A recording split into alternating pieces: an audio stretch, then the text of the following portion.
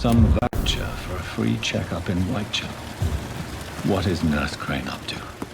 I really must find her.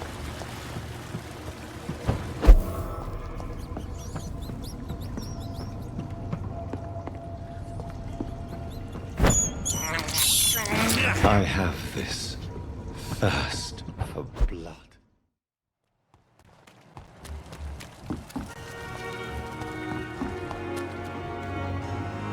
Hey, Doc. I have found the gift from your wife. In that case, you'll be properly rewarded, Doc. Clay Cox is a man of his word. I hope that won't make me an accomplice to your future crimes. Who knows what I might do now I feel invincible again?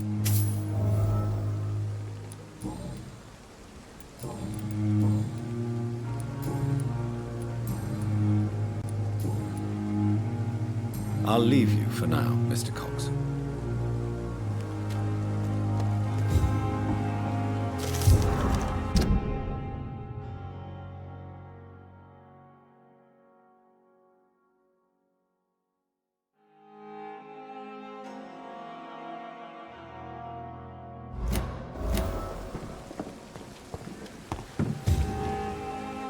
Hey, Doc. What can you tell me about your marriage, Clay? Marriage is the sweetest cage, they say. Well, I found myself locked in one with a wild animal. You mean your wife keeps you on your toes? No, I mean, we both have claws and we both love to bite. Am I right to assume your wife's letter pissed you off, Clay? I was so mad, I threw away the knife she got me when we got married. Your wife gave you a knife as a wedding present. That knife has always been my lucky charm. If I'd had it in my hand when I got stabbed on that pier, I'd not have been wounded.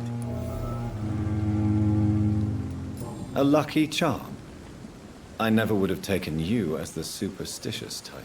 We all have our flaws, Doc. Mine's to have my weapon of choice for when the really dirty business comes around.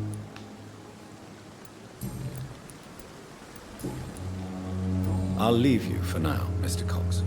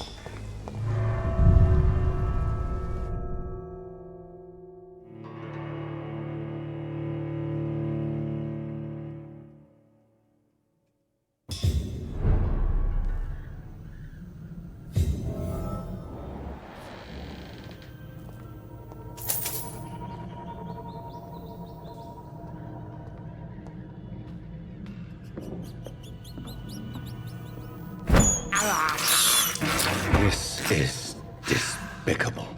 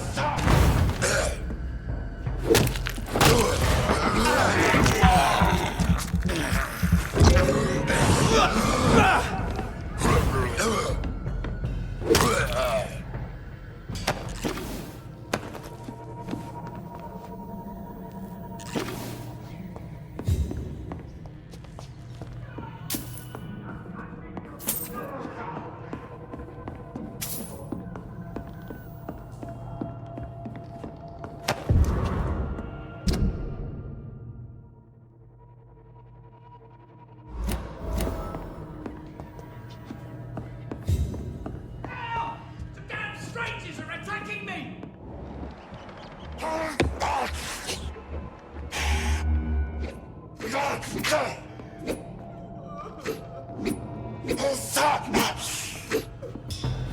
Get away from me!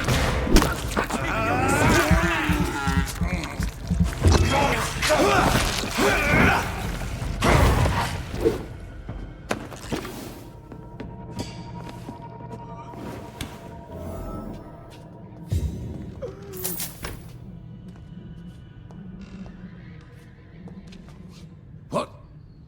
What happened? Who are you? It's all right, sir. You're safe now. Oh, a fellow Englishman. Thank you, sir. For a moment I thought those bloody heathens had killed me. What are you doing here? This place is not safe. Yeah, it's a cesspool, but it's mine. I came to collect some overdue rent, but those who still live here have gone completely bonkers. You're very lucky to be alive. Yeah, filthy immigrants. Fucking savages, every one of them. And now with this bloody fever, they're just animals. You can find safety of sorts in Whitechapel. If you're quick and cautious, you'll be able to avoid the savages.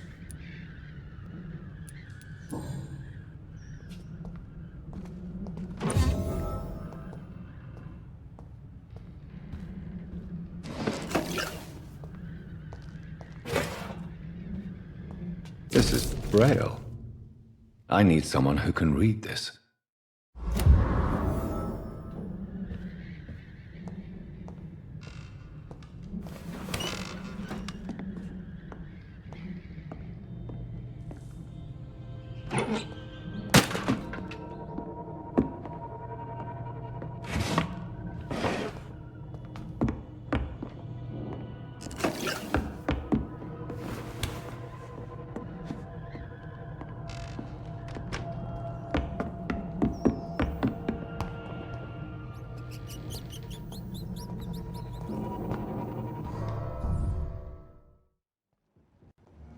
More and more of these bloody leeches every night. Aye. But the guards recruit more and more. Best turn around if I were you. When did you join the guard? 2 days ago. This is my first patrol.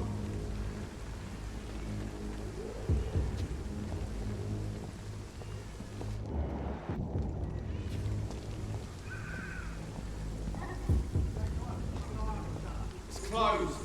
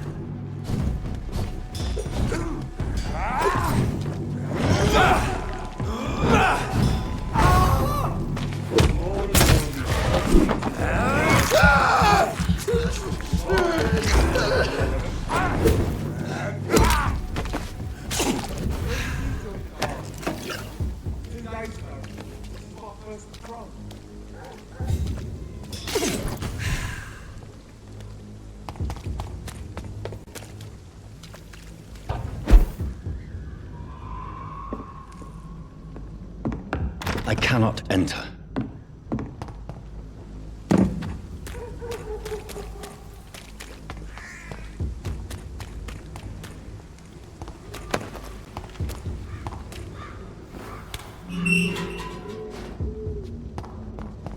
Whitechapel. This neighborhood is linked somehow to the kind Lady Ashbury's blackmail. First, let's find this Petrescu fellow.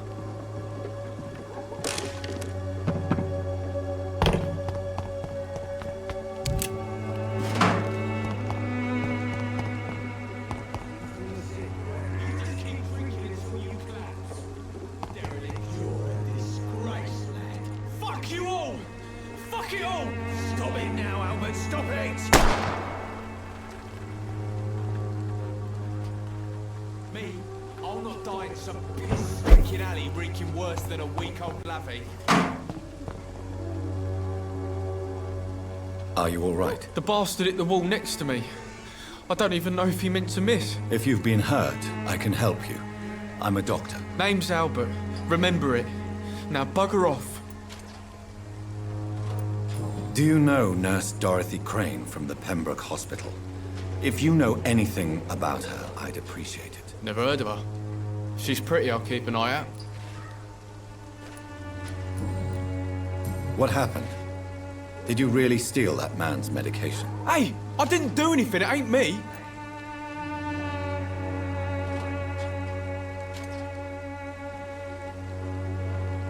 All right. Perhaps the poor drunk just confused you with someone else. Sod off, mister. You ain't got no clue what's going on here. Bastard was a soldier in the war, so now he's got the right to shoot me. It's true. I'm not familiar with this part of town. Perhaps you could help me. I said sod off. Go find yourself another guide.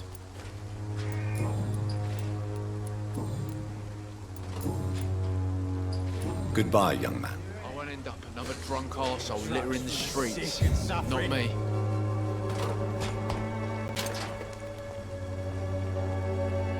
What? Shooting a boy in the middle of the street. Not the best thing to do, wouldn't you say? What? You saw what happened? Who are you? I'm Dr. Reed, and I'd like to ask you a few questions, if you promise me to set your gun aside. No. Look, I'm not a violent man. I'm Benjamin Palmer, doctor. And no one can help me. Not even you. Do you know Nurse Dorothy Crane from the Pembroke Hospital? Have you heard anything? It's funny, I've been searching for her too. I need some pills. But the woman is a phantom, if you ask me. Really? And why is that? Word is she ain't real. She's just a cover for some doctor who runs an illegal dispensary for migrants. What can you tell me about this place? Nothing to say, really. This is where I used to live, and this is where I live now.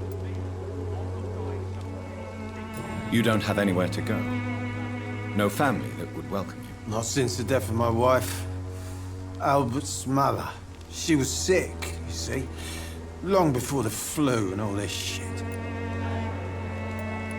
You mean you used to have a better life? Yeah, I had a wife, a home, and a job. I even used to have a name. And now I'm just Ben. Ben the Tramp. Perhaps you could focus for a moment and tell me your troubles. I'm sick, broke, and my son just stole my pills. Everything's coming up roses.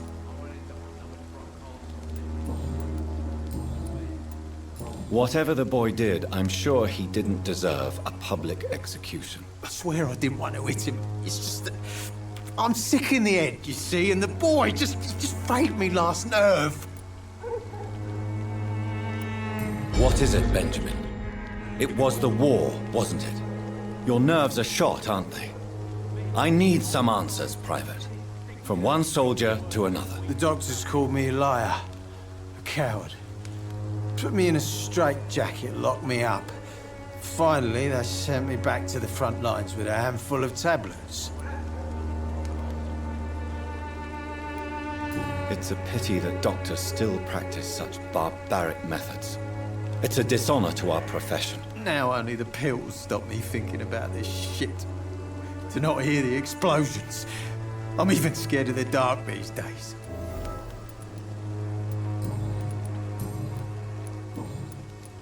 I have found a very interesting letter.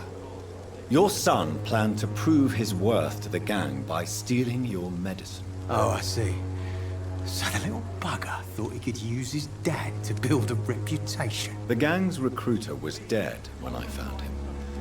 Perhaps you should take better care of your son. I love my Albert, sir. Believe me. It's just... well, I'm an arsehole, I suppose. Anyway, thanks for the letter. This is for your trouble.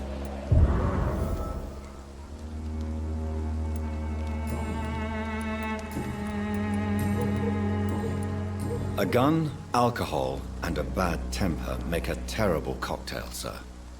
Goodbye for now.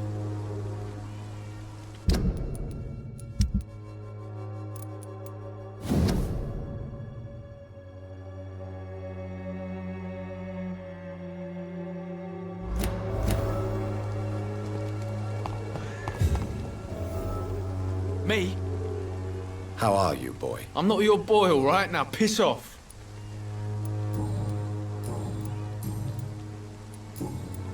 Goodbye, young man. I won't end up another drunk arsehole. Good evening, miss. Good evening, sir. Are you interested in a miraculous cure for this unknown and deadly epidemic? Actually, I am. Then you have come to the right place. The famous Swanborough cordial is all you need to help keep you in perfect health. Oh, really? Why didn't I hear about it during my studies? I'm Jonathan Reed, by the way. Dr.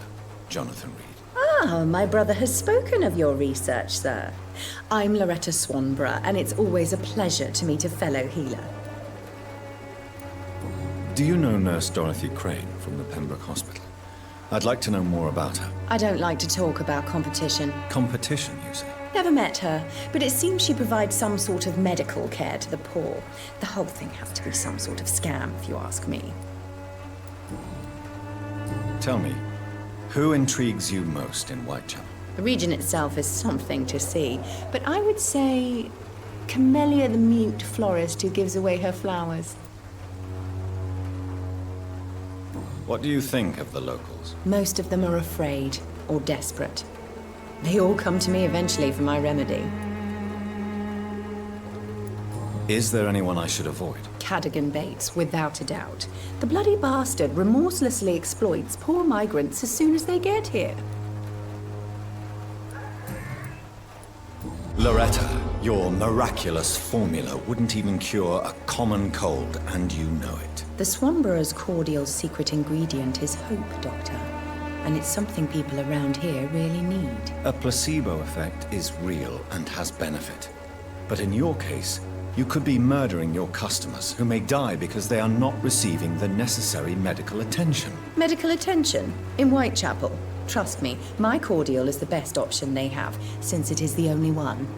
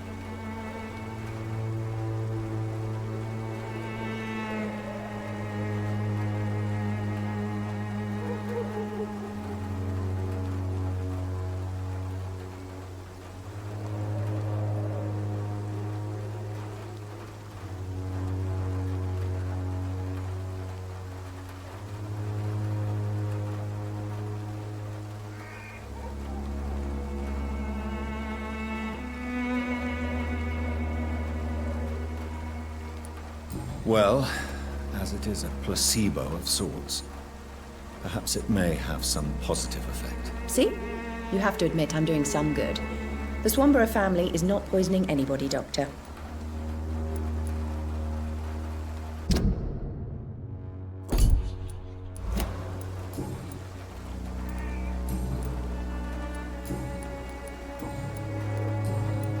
Goodbye, Miss Swanborough.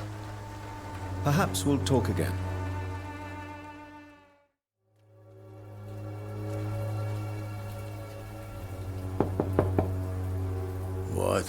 What do you want? Leave me alone. Good evening, sir. I'm Dr. Reed. I'm looking for Nurse Dorothy Crane. There is no Dorothy Crane here. Now goodbye. I'm afraid this medical leaflet says the opposite, sir. Really? Well, I'm afraid I'm going to close this door right now. Go bother someone else, Mr. Doctor. To enter that house, I must discover who this man really is. Maybe I could start by observing what he's up to.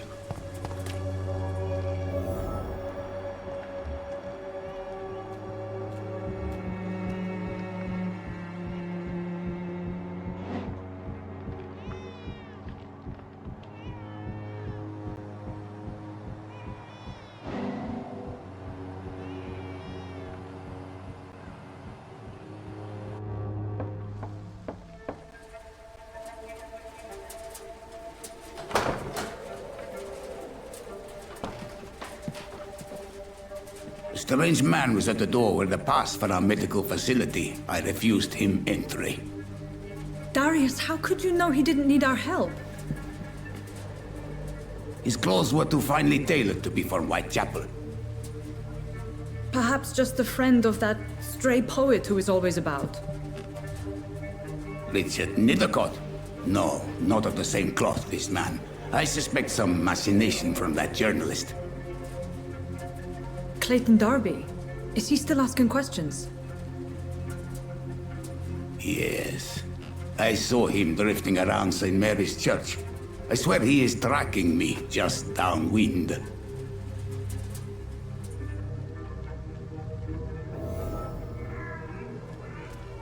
I must talk to that journalist or the poet. They must know about Darius. Nearby the church they just mentioned.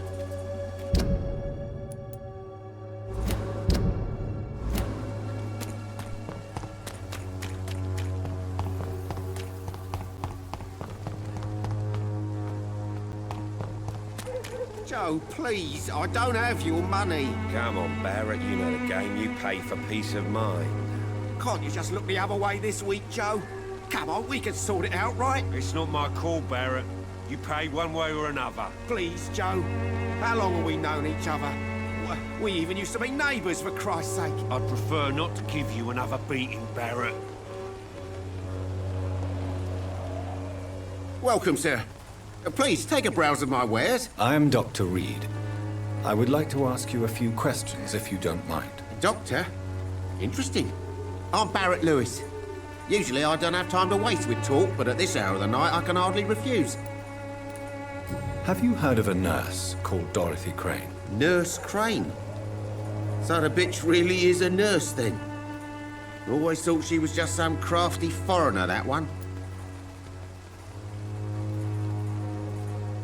Yes, she's a nurse, and quite a good one. What did she do to gain such notoriety? Dorothy Crane ain't even a real name. Something like Dorothea Craniu. Something like that. Came to England fleeing the war, I was told. That doesn't explain why she irritates you so much. Your precious Nurse Crane gives away medical supplies and prescriptions for free. I offered to sell it for a fair cut, but no. Miss Crane wanted to play the quiet saint. How is business around here? Business? I have no business. Between this racket, theft, and customers getting scared, I'm losing money every day. I see. Sounds like you blame someone in particular for your situation. It's no secret Joe Peterson spends his time harassing merchants. But with me, he's trying to put me out of business once and for all. As a merchant, you see Whitechapel every day. Have you noticed anything out of the ordinary recently? Well, you mean besides the epidemic, the war, and all the usual crap? As long as I can remember, this part of town has been a bottomless pit, and no sign of the bottom yet. Violence is increasing in the borough. Yeah. A few nights ago, some blokes jumped me. Came out of one of the condemned workshops. Fever, madness, something like that. Where did this happen? Why did you go there? In the closed workshops nearby. I worked there as an apprentice in better days. Now I only go to find trinkets or tools. Too bad I was mugged, though. There was good money in that little box of loot I lost. Have you been hurt? No, but that's only because I ran like hell. Those men were raving lunatics, I tell you. Not even able to speak anymore, just screaming.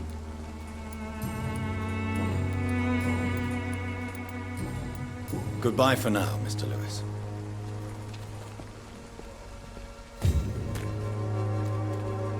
Excuse me, sir. I have a few questions for you. Another journalist? I didn't answer the first one, so piss off! I'm not a journalist, I'm a doctor. A doctor, you say? It's quite a rare breed in this part of town. Really? But still, here I am. Dr. Jonathan Reed, at your service. I'm Joe Peterson to some, but Colossus Joe to most. And I don't remember asking for your service, sir. Have you heard of a nurse named Dorothy Crane? She's a colleague of mine, and is supposed to live around here. Dorothy Crane? Yeah, I know her. One of the few good souls who dare to help the sick around here. Could you please tell me more about her? She's a nice girl.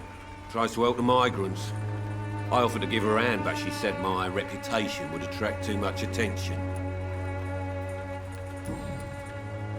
May I ask what you do around here? I do whatever I want, and sometimes even more. Now sod off. How did you become the local bully everyone is afraid of, Joe? There's no pride in roughing up poor bastards. But this is the only job I've found. And it pays well, too. A job? So you're racketeering for someone else? I got enlisted by the Wet Boot Boys, a gang from the docks. I'm their muscle for their dirty work. You are a criminal who endorses criminal activity. The least you could do is stop hiding behind this pretense. I don't care what you think, sir. I do what I have to do for my own reasons, and that's that. I'm not sure Mr. Lewis would agree with your by all means necessary philosophy, sir. Oh, do you really think he's the poor victim here? Barrett can be as sneaky as anyone. Long ago, I even called the bastard my best friend. According to you, physicians are scarce in this part of town. Why is that? Not familiar with this neighborhood, are you? I guess your fancy colleagues are too afraid of being stabbed in the back. This part of town does have quite a reputation. Would you say it's justified? Totally. Look at me, for instance. I always look my opponent in the eye before knocking him out.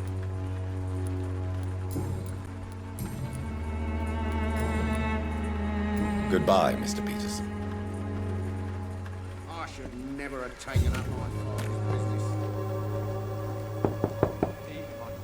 Hello, young man. I'm Dr. Reed, and I would like to ask you a few questions. May I enter, please? Sorry, no, sir. My father does not like people entering our house, you see. Your father is worried about you, boy. He asked me to look for you. So my father actually worries about me, then? Okay, then. Come on in. I'm Harry, by the way. Is there only pain and suffering in this world?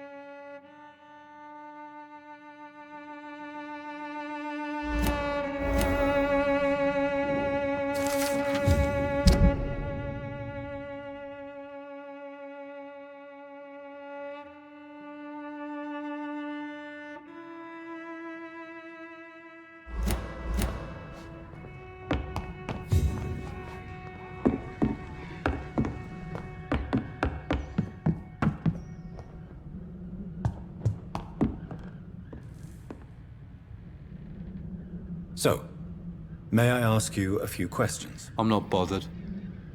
What could be worse? Do you know Nurse Dorothy Crane from the Pembroke Hospital? I'd like to know more about her. Yes, I know her. She came here to examine me when I was very sick. She said I should go out more. How do you feel? I'm fine. I mean, it's not easy every day, but I'm fine. I'm just tired of being sick all the time. If only I could be tough, like... Well, you know.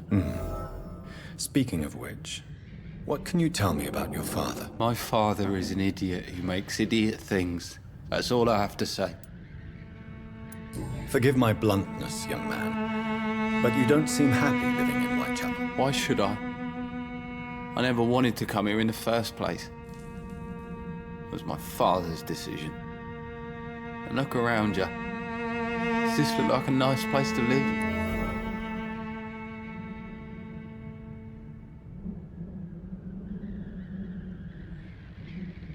This place is awful, I agree. But does that not mean your situation can only improve? That's exactly what my father says. Harry, you should be grateful for what you've got. But I wasn't even consulted when we moved here. If life here is so terrible for you, why don't you just leave this place? Have you ever spoken to your father about it? I don't go outside. It terrifies me so. I went outside once without my father noticing and I saw terrible things. Bloody and frightening things. So that's why you stay at home all day? For fear of the epidemic? I'm not afraid of disease or death, Dr. Reed. It's the living I'm afraid of. Your father and Mr. Lewis used to be good friends. What happened, Harry? I was young then. I don't remember Mr. Lewis ever coming back again after my mother died. Or was it after my father started bullying him? I don't know. Have you tried speaking to Mr. Lewis about it? I don't go out often, but yes. And he scolded me and told me to leave him alone. I guess my father frightens him too much. But you are not responsible for your father's actions. Am I not? Dad always says that he joined that gang for my safety. So if I wasn't born, people wouldn't be worrying about Colossus Joe. Would it ease tensions with your father if he got an honest job? Because he tried, you know. I can't say. I'd be glad if he dropped his thuggish activities, but I'm not sure it would be enough. Why is that? Sometimes I suspect it's me, Dr. Reed. Or it's this life. It's like I can't find my place.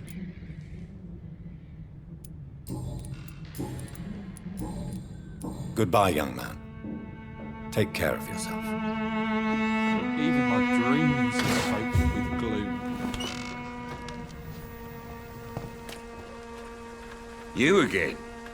What do you want this time? Harry doesn't seem happy living in Whitechapel. Why did you make him come here? I've always put my son's interests above everything else, whatever he may think. Our house is small but affordable. The walls are thin, but the door is solid. You really love your son, don't you, Mr. Peterson? He's my pride and joy. Even if he hates me for the choices I make and pushes me buttons more than he should. Do you have any regrets? Only one. Not to have my beloved wife by my side. She died when Harry was little. My sweet Jane. She gave the boy confidence. Since the criminal nature of your job means you could be arrested, are you not afraid of what would happen to your boy if you were? No one will ever take my son away from me. If that ever occurred, I'd hunt the bastard down and rip off his head with my bare hands. Why do you keep on working for the gang, Joe? You know it doesn't suit you. It's true, I hate this job. And I know I made some bad choices, but I'm a wet boot boy now. People won't forget it. You could leave tomorrow. Start another life in another town. That's easy for you to say, Doctor. We are poor. My son's weak, and there's no way he'll endure another disappointment.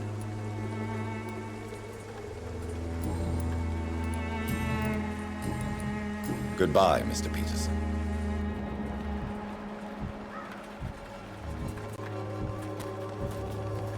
You again?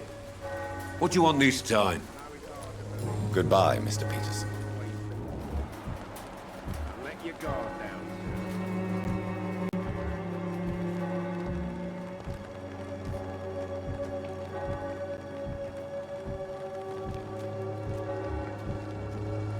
Fancy buying something, sir? You never lose your focus, do you? Joe Peterson. He's the villain here, isn't he? But you seem to know each other. I'd known Joe for years. I saw him box once or twice. He was a friend then. But these days, he's just another thug. What can you tell me about Mr. Peterson? Besides his behavior toward you, obviously. Colossus Joe was a decent boxer, good one even. But after his wife passed away, he found every excuse to stop training. Just wanted to pick fights with everyone.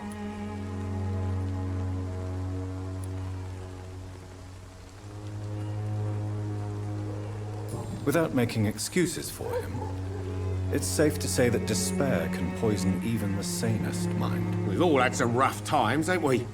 But most of us don't use our fists to see us through. And no one has ever stood up to this thug. Nobody would be fool enough to stand against the wet boot boy. What do you know of Harry Peterson? The boy seems so fragile. Not like his father at all. Harry's a good boy, but he spends most of his time complaining. He's had it tough, all right, but he needs to grow a pair. What troubles him exactly? But despite being his father's son, almost everything, I think. He never wanted to come to Whitechapel in the first place. Hates this place more than most of us. Goodbye for now, Mr. Lewis. Cheap price, good quality. Come on, take a look. Don't be afraid.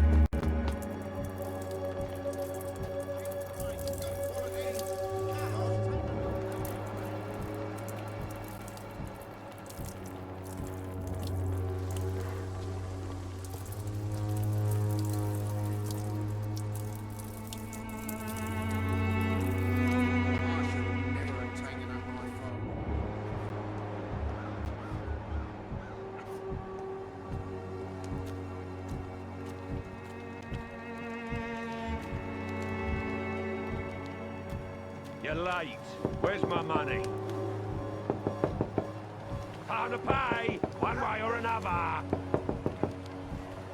You're late. Where's my money? You again? What do you want this time? Goodbye, Mr. Peterson.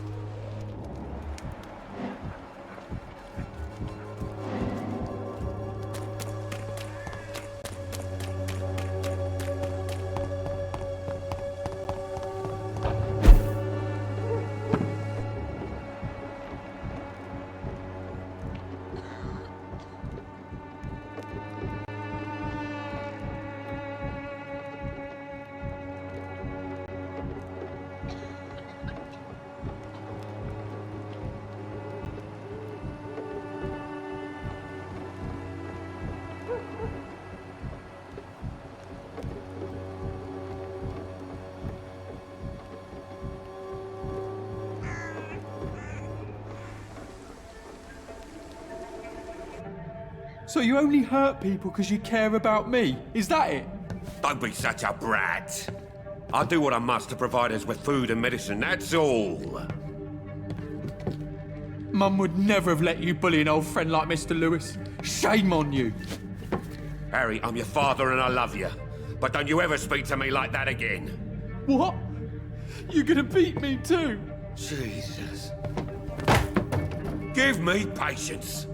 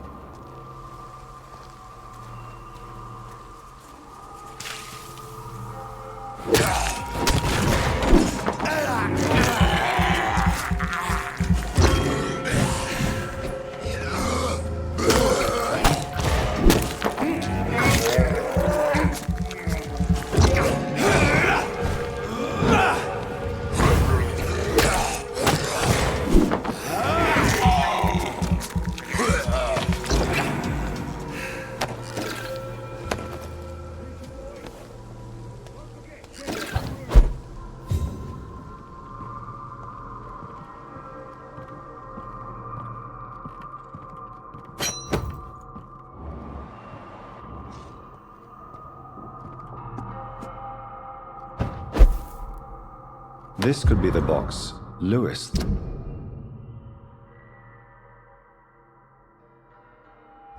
A love letter from Joe Peterson's wife, addressed to Barrett Lewis. Who should I give it to, I wonder?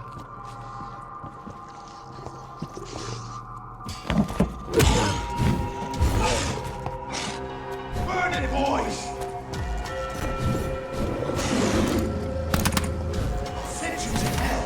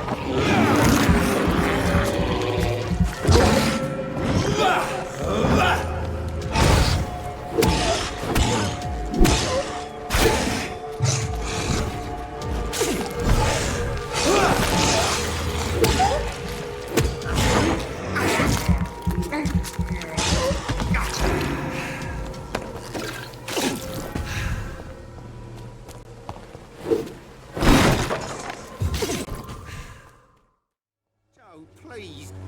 Fancy buying something, sir? You never lose your focus, do you? I found this box in an abandoned building nearby. I believe it belongs to you. Let's have a look. Yeah, this is mine. So, you faced those loons that roam around there. Extraordinary. I suppose I was lucky. Luck is a commodity round here. Yours should be properly rewarded. About this package, it's not just tools and trinkets, is it? I don't want to be rude or anything after your kind gesture, but it's none of your business.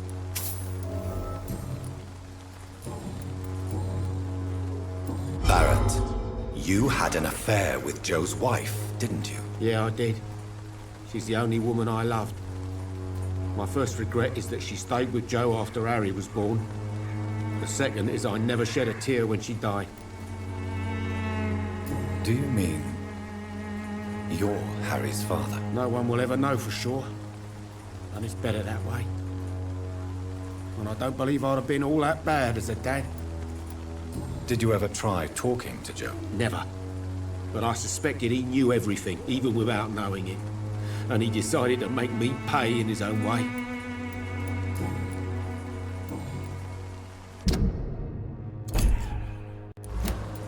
Goodbye for now, Mr. Lewis.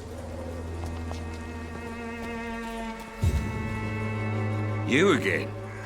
What do you want this time? Why is your relationship with your son so difficult? Harry and I are so different. Sometimes I wonder if he's my own blood. Seems he's ashamed to be my son. Why not change that then? If you used your strength to do good, perhaps Harry wouldn't feel that way about you. How dare you tell me what I should or shouldn't do with my boy? Who the fuck are you to interfere like that?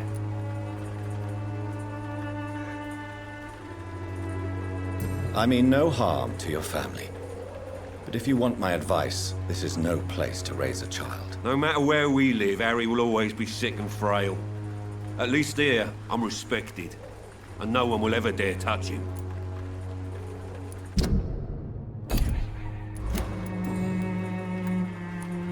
Goodbye, Mr. Peterson.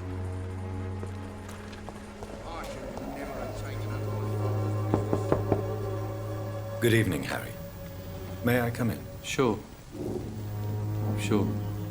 Is there only pain and suffering in this world? So, may I ask you a few questions? I'm not bothered. What could be worse?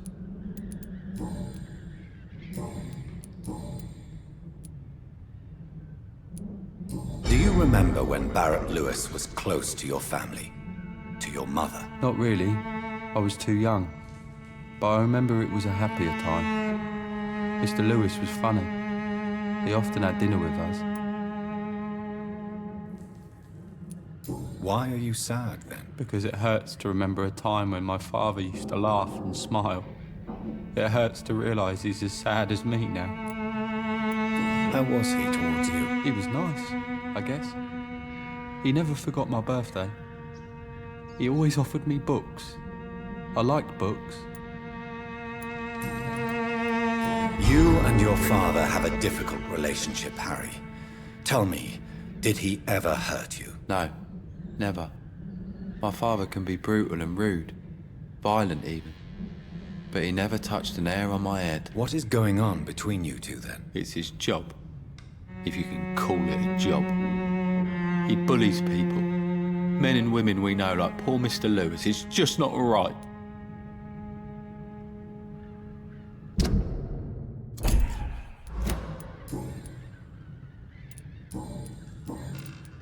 Goodbye, young man. Take care of yourself. Is there only pain and suffering in this world?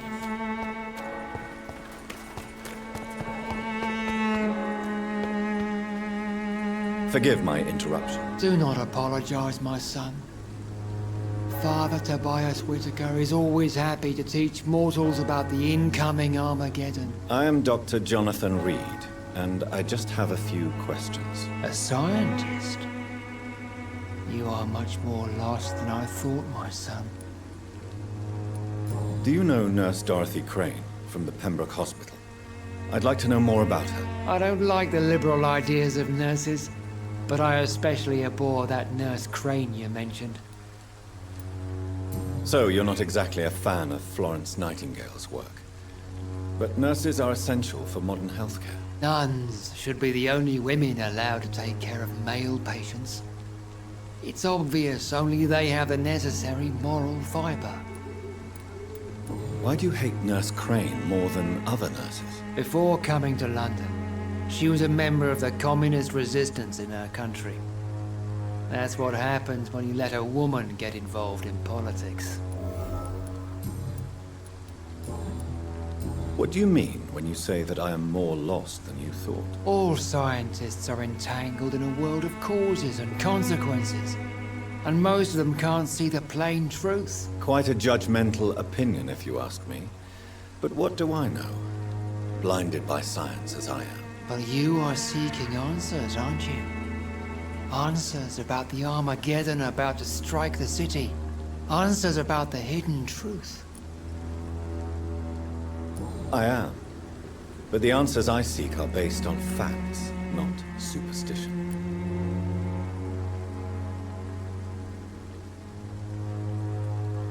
What do you mean when you say that I am more lost than you thought? All scientists are entangled in a world of causes and consequences, And most of them can't see the plain truth. Quite a judgmental opinion, if you ask me. But what do I know? Blinded by science as I am. But you are seeking answers, aren't you? Answers about the Armageddon about to strike the city. Answers about the hidden truth. Well, I suppose I can spare a few minutes listening to your so-called truth. As a doctor, you must be aware of the decimating epidemic. But let me tell you that this so-called Spanish flu is just the beginning of the end. What do you mean? The beast is finally revealing itself, corrupting the flesh and the heart of men. With my own eyes I have seen them, those minions from the abyss. Really? And what would be your answer to this biblical threat? We must fight the disease before this legion outnumbers us. But not with scalpels and microscopes. No. What is left then? Cleansing fire.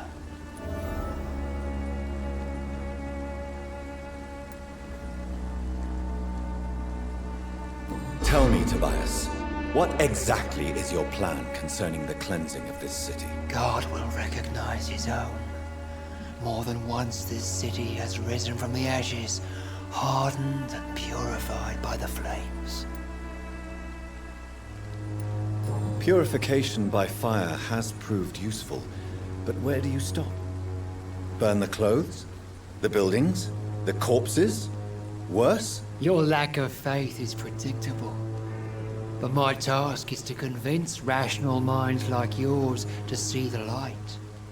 This is God's will. You're mad and dangerous. You're nothing but a soulless butcher.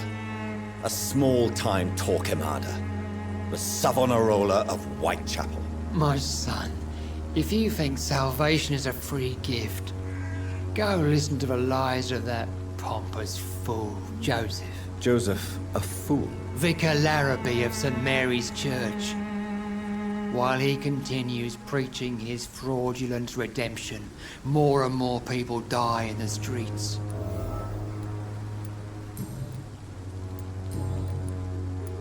Have you any friends? Any family left in these terrible times? No. But I have a disciple I see as my son. He is so devoted. I send him to preach the good word in the heart of this corrupted city. Where did you send him? I sent Samuel to the Stonebridge Cemetery, where the pestilence and evil grows night after night. You sent him on some preaching crusade during the epidemic. As a true believer, Samuel will fear no evil while he walks through the valley of the shadow of death.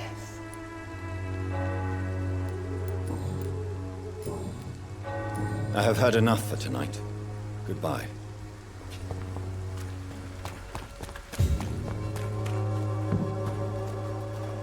Excuse me, sir. Are you familiar with this part of town?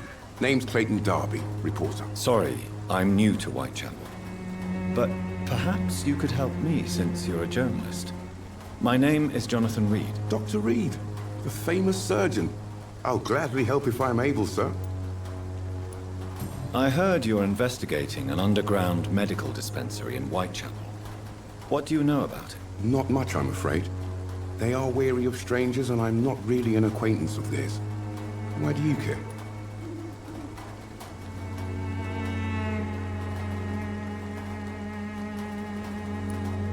I'm afraid one of the nurses from the Pembroke Hospital may be involved with unsavory activities. Ah, could it be Dorothy Crane? Without a doubt, you are a damn fine journalist, Mr. Darby. What do you know of her accomplice, a man named Darius? I don't know much about the man. He's very cautious. Never goes out. Doesn't seem to have any friends or family. He has no relatives at all? No. Except for that strange man, a poet named Richard Nethercott, who sometimes comes by.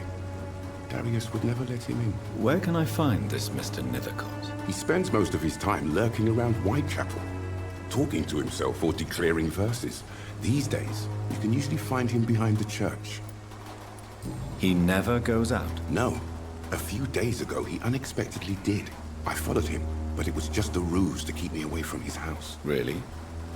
How do you know? He went to the nearest mailbox, but just before posting his letter, he ripped it up and threw it away.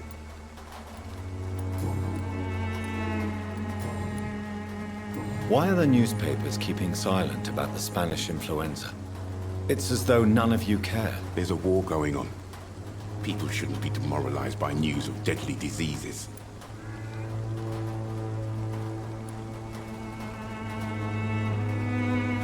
If no one stops it, this epidemic could turn into a scourge.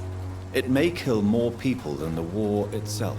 Yes, this is another kind of war, but just as deadly.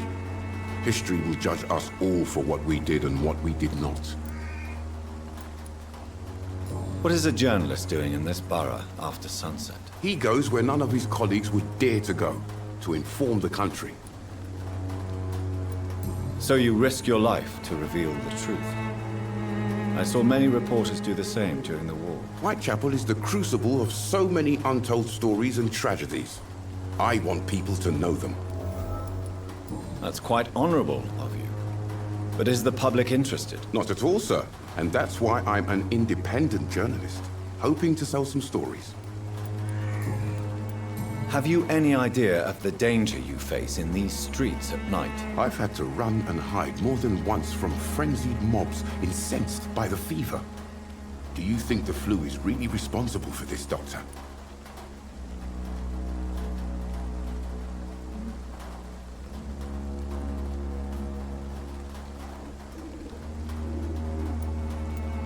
I'm convinced there is more at work here than a simple epidemic. Really? To be honest, I could say the same. Some of the sick I saw or heard of. My God, what happened to them?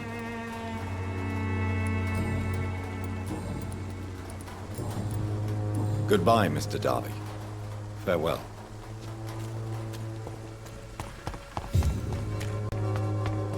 I'm cheap and I'm clean, I promise. Don't be shy, handsome. What can Christina do for you? I'm not looking for what you're selling. But I'd like to ask you a few questions, if I may. I'm a doctor. Dr. Reed. All right then, but be quick. Though I usually get paid when I open my mouth. Do you know Nurse Dorothy Crane from the Pembroke Hospital? Anything you can tell me about her would be helpful. I don't know her, but I know her name is Dorothea Crăciunescu. She came from Romania like me and many others. You seem to respect her. Dorothea helps the sick people of Whitechapel. Everyone should respect that. Christina, have you been examined?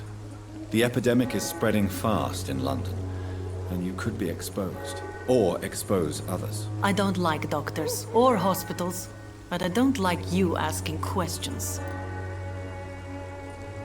Considering your line of work, I assure you it is only a matter of time before you have health issues. If it is going to happen, it will happen. Right now, I need money. That's what's important. You can put your own life in danger, that's your decision. But what about your clients? If you're contaminated, you will put them in danger too. And you think that would worry me? If you knew the men I deal with, their health would not be what you'd worry about. Clayton Darby claims he will expose the crisis in Whitechapel to all of London. Do you believe him? I believe Clayton's courage will erode with time, until he finally leaves Whitechapel to start another fight somewhere else. Why this skepticism? How can you speak about starvation if you've never been hungry?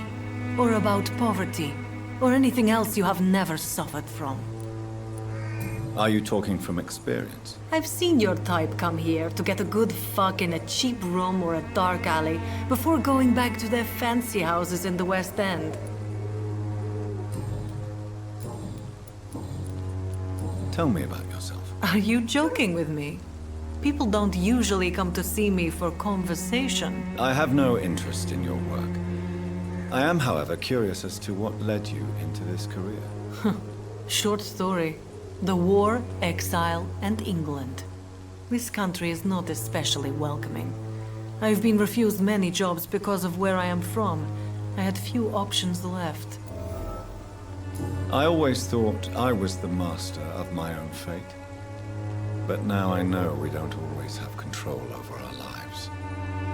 I don't judge you. You know, this money is not only for me. I have good reasons to need this money quickly. But it is not your concern, Doctor. Goodbye, miss. Take care of yourself as best you can.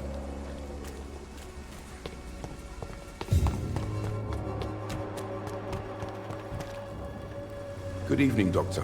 Can I help you? Christina Popper claims she sells her body because she can't find any other work. Do you believe her? Of course I do. Her story is exactly what I want my readers to understand. We live in an intolerant and divided nation. Do you think things will ever change, Mr. Darby? I believe the situation can only improve. And now that women can vote, I'm convinced things will change.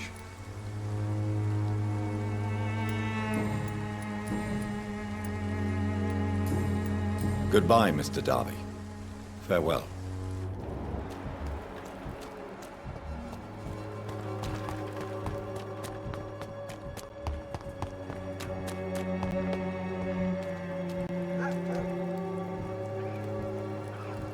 I'm cheap and I'm clean, I promise.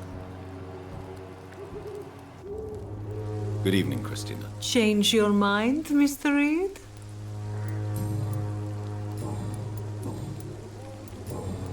Goodbye, miss. Take care of yourself as best you can.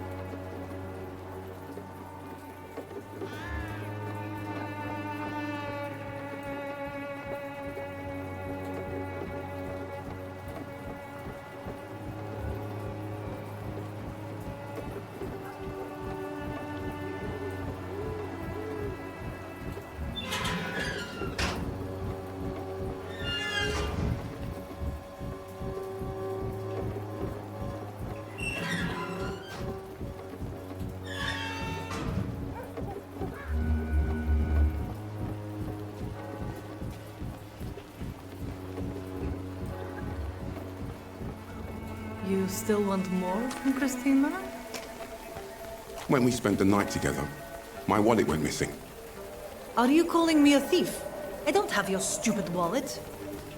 I know you. You're a nice girl. Can't we solve this amicably? No, I don't think so. And if you think you know me just because we shared the bed together, you're just a lousy and arrogant journalist.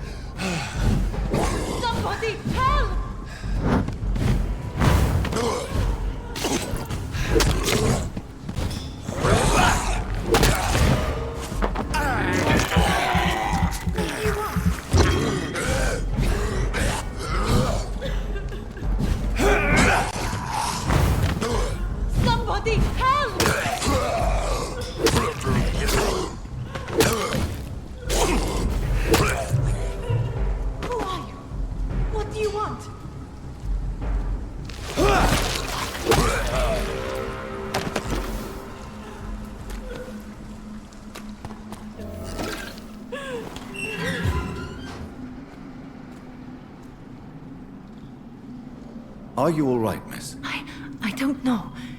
Who were those people? They wanted to kill me. Why? They've lost their minds in the epidemic. They won't come back for now. You seem to know a lot about them, sir. I'm Dr. Jonathan Reed. I'm investigating this disease. I am Xiaoxun. Thank you so much for helping me, Mr. Reed. I must go to the cemetery now. Goodbye.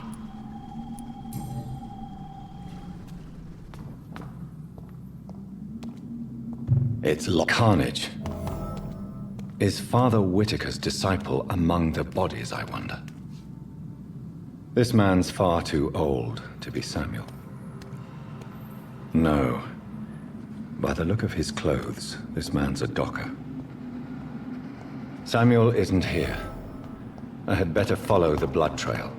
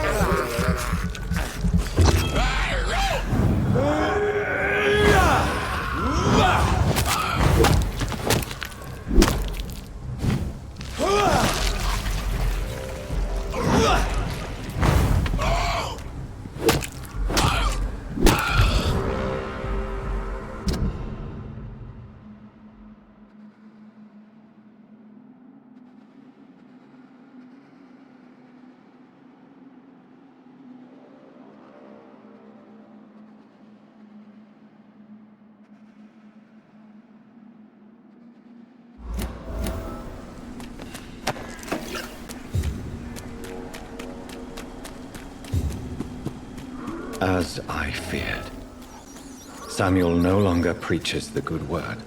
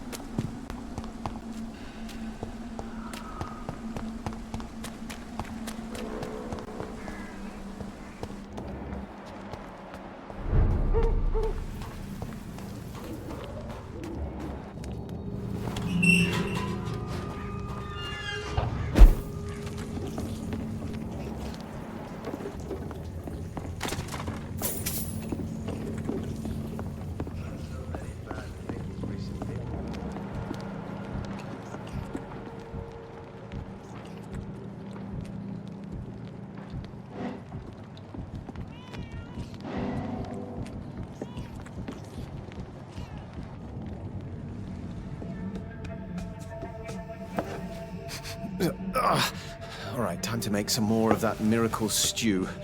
Where is the burner?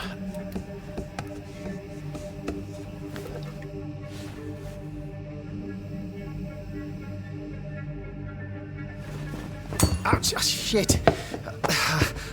Ow! Shit, no more chlorine.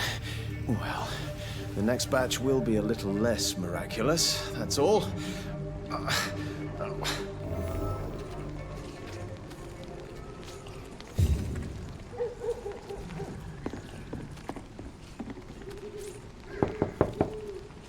Hello, sir. Sorry to disturb you at this hour. I'm a doctor inquiring about the epidemic. May I come in? A doctor, you say? No, thank you. All right. I shan't insist. Goodbye for now, sir.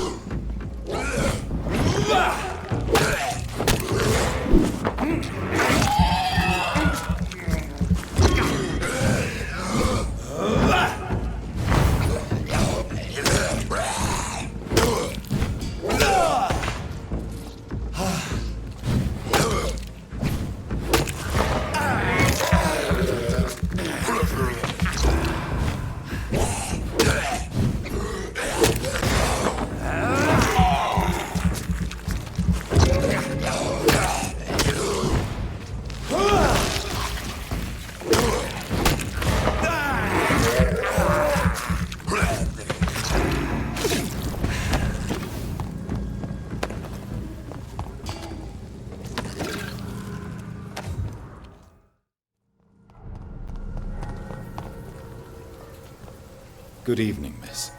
I'm Dr. Reed. I'd like to ask you a few questions. I know what you're thinking. A tall stranger who meets a girl in the street at night. It reeks of the penny dreadfuls. But I mean you no harm, truly. Very well. Goodbye then.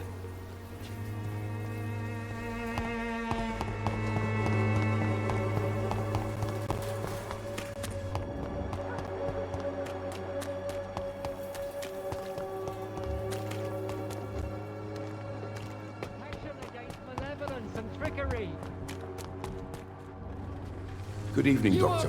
Can I help you? Tell me, Clayton, do you really think this young woman stole your wallet? Christina. Yes. I recently met her. A nice girl, despite her questionable conduct. How exactly did you meet Christina? During my investigation, I offered my hotel room to her to rest and get away from the street. And what happened? The next morning, my wallet and my watch had disappeared. I suppose that's what you get for being a good Samaritan.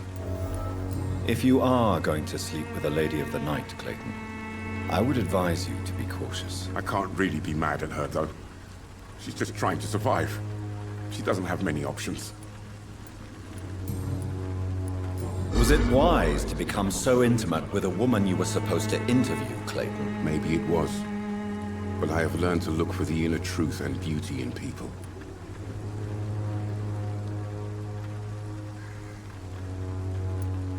I apologize. I didn't mean to be rude. What can you tell me about this woman? She is very sensitive, so nostalgic about her country.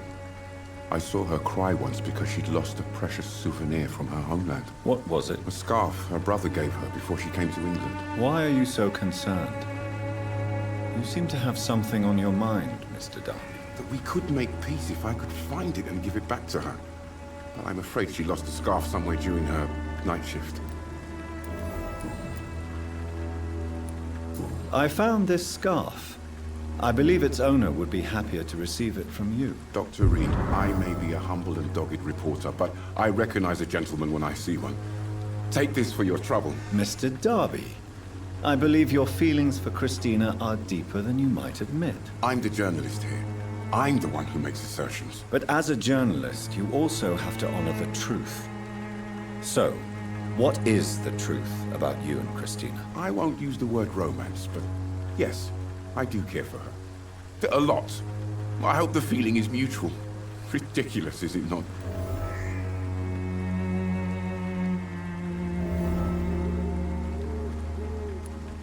I believe love has neither boundaries nor rules, Mr. Darby, even if society says the opposite. I hope more people will listen to your advice, Doctor. Starting with Christina.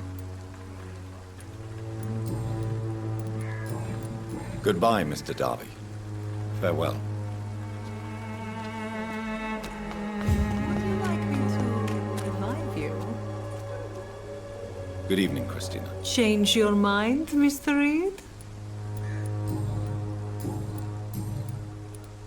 Did you steal Clayton Darby's wallet? Tell me the truth, Christina. Of course I stole it. But I never thought he would come back to look for it. Why did you do it? He seems to trust you. For a time I thought he was different from other men. In the end, he just wanted to sleep with me. Same as the others.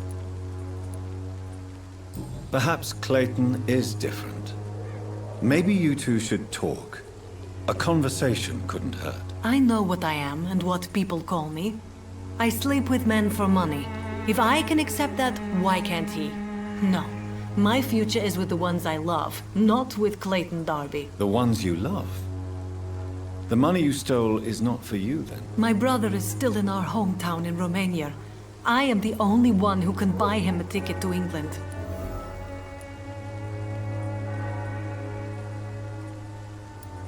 Tell me, Christina, is it worth risking your health and your life for your brother's safety? He's the only family I have left. I had to leave Romania without him. I can't be happy until he is near me again. I understand your concern. I spent many months away from my family when I served on the front line in France. Every time I write to him, I fear I won't receive an answer. It kills me to know he is still there.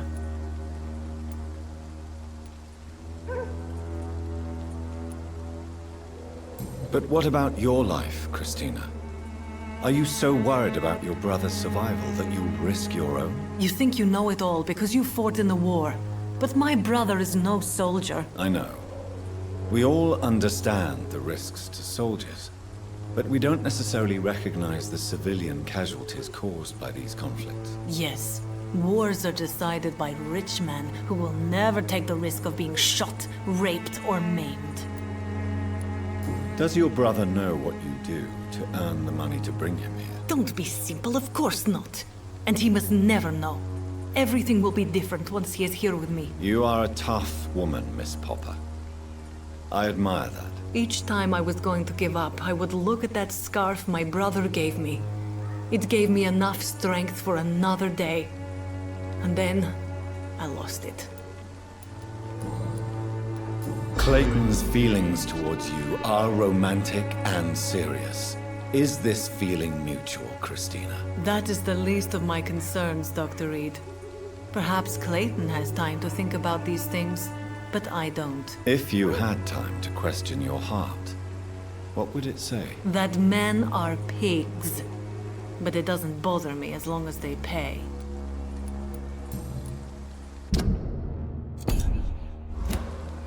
Goodbye, miss.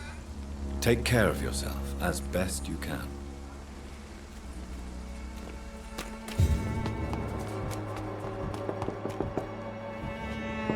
Good evening, Doctor. Can I help you? Do you know that Christina is hoping to pay for her brother to travel to England in the near future? I see. No, she didn't tell me that. But that explains many things. Do you believe she will ever see her brother again? As long as the war rages in Europe, I'm afraid her chances of seeing her brother again are slim to none.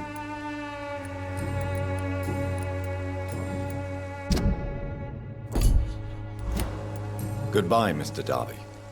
Farewell.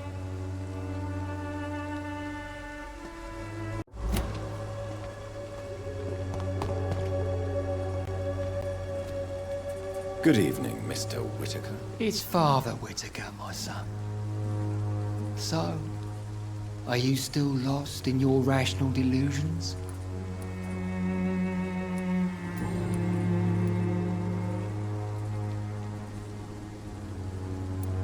Why did you send Samuel to the cemetery, Tobias? What did you see there? I sent him on a vision. A dream of a dreadful and laughing queen covered with blood, sleeping with the dead and feeding on the fear of the dying. A laughing queen dressed in blood. Tell me more. This epidemic is her feast, the announcement of her return. Against her, science is no more than a child's toy. But who is she? She is the mother of harlots and abomination of the earth. She is Babylon, drunk on the blood of the saints. Tobias Whittaker, confess why you burnt those people alive. I have done what no one was ready to do. I will smite the flesh of the unclean to protect the righteous. You are just another heartless murderer, exploiting the epidemic to kill with impunity. No! No. The only way to contain the spread is to strike at the source itself. The proliferating sick. You're not the savior of London. You're just a glorified sadist. I take no pleasure in this awful cleansing, Dr. Reed. I am only driven by the thousands of innocents I save each night.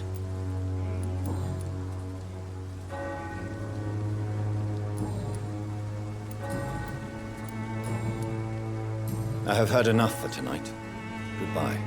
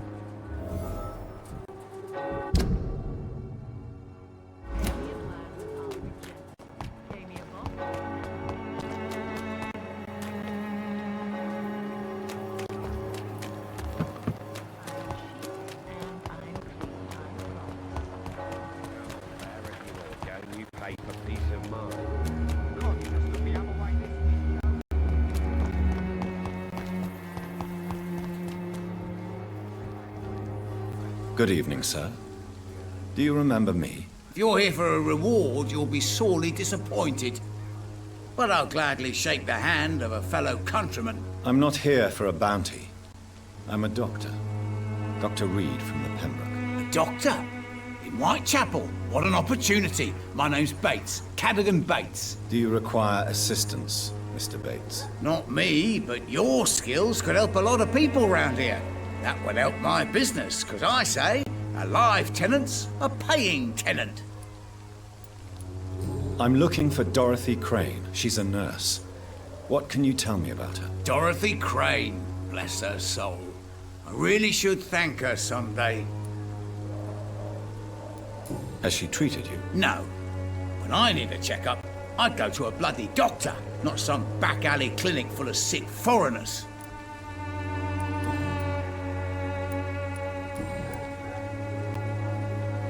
It's unusual to see someone so happy around here, especially considering the current situation.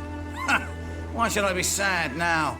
There've always been wars, disease, tragedy. There always will be. That's an unusual way of seeing things in these trying times. I don't see why I should shed a tear for another man's woes. I'm healthy, and I intend to stay so. What is your business, exactly? I offer fair lodgings for a modest price to the poor and weary of Whitechapel. I see. And what about those who cannot pay? Well, deals can be done, if you know what I mean. Money's not the only currency. After all, I'm not immune to a pretty face. In other words, you take advantage of these poor lost souls. Begging your pardon, I thought you was a man who could appreciate the complexity of the modern world. Things ain't just black and white, you know. What help could I possibly be to your business? That's simple. I already get good money from all those fleeing the war. Can you imagine what they'd be willing to pay if I could offer medical assistance too? Mr. Bates, do not make me regret saving your life in this quarantine zone. I understand, Dr. Reed, you're from a good family. Don't want to get your hands dirty. That's fine. I'll be happy to act as your middleman.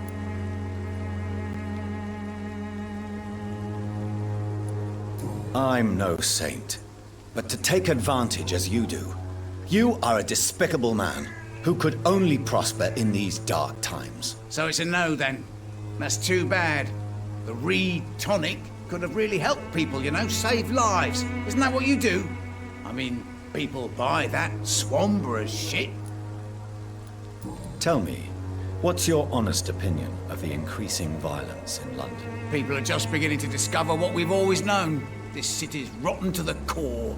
They just took their bloody time to wake up and notice it. What do you mean? People are acting like the violence is news. But it's always been savage down here. It just bubbles to the surface every now and again. You seem to have recovered well since your attack. Do you ever think about what happened to you? Not much. It was a fucking nightmare. Savages, absolute bloody savages. Their appearance. Jesus. It made me want to puke. You'd better not come back here. I won't be around next time to save you. I want to know everything about the recent violence, Cadogan. And I want the truth. Well, rent may be a bit high, and yeah, I've had to evict a few people. But that's business, isn't it? Sir, I wish I had found you a few nights later than I did. Or maybe never at all. Death would have been a well-deserved punishment for your villainy. Yeah, but you saved me, didn't you? And you do it again, because you're a decent chap. Just know I'm not. Take this as my final warning. You will not profit from the misery of others. Business is one thing, but what you do is quite another. Really? What you gonna do? You ain't from here. You ain't Whitechapel, Doctor. You wouldn't know the first thing about playing dirty, even if you wanted to. I'm looking for Dorothy Crane. She's a nurse. What can you tell me about her? Dorothy Crane, bless her soul. I really should thank her someday. Tell me truthfully, why are you so thankful? By keeping my tenants alive, she's making me a rich man. Every month they live, it's more coin in my pocket.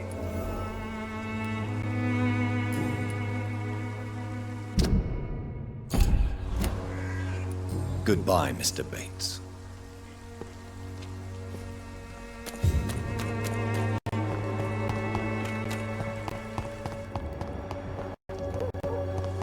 Its effectiveness has been proven by many. The wet boots will be proud of me. How are you, boy? I'm not your boy, all right? Now piss off. Goodbye, young man.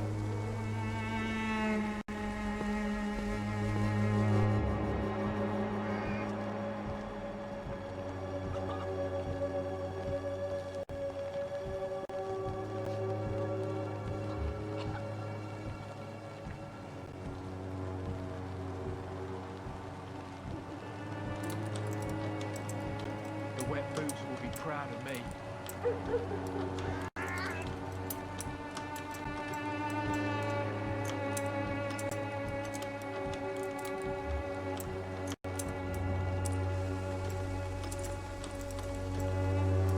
won't end up another drunk arsehole littering the streets.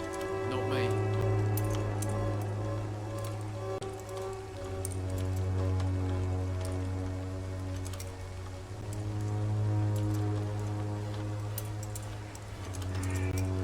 The wet boots will be proud of me.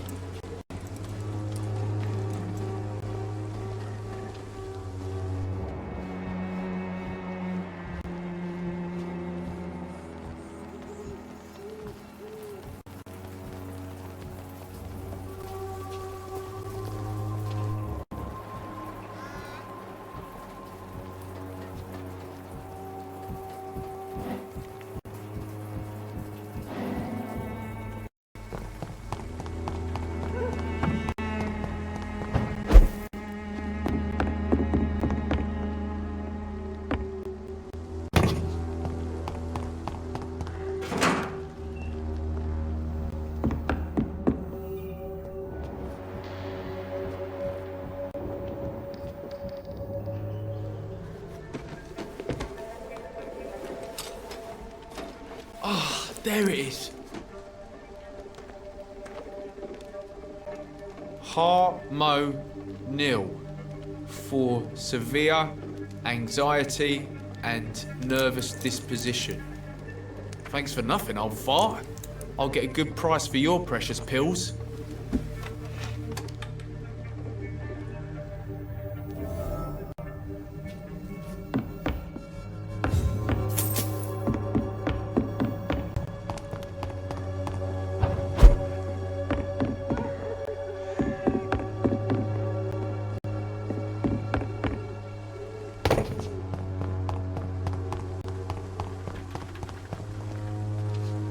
How are you, boy? I'm not your boy, all right? Now piss off.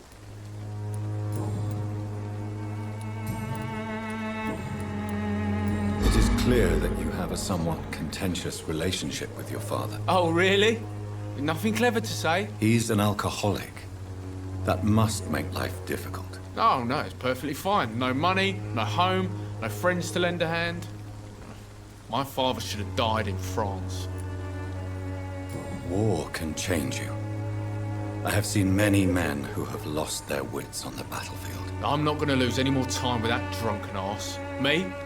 I'd prefer to take my chances with the wet boot boys. Why do you want to join a gang, Albert? I'm not going to spend the rest of my life sleeping under bridges. I understand that living in poverty may be a doorway to a life of crime. But you are still young enough to turn back. I'm not a child anymore.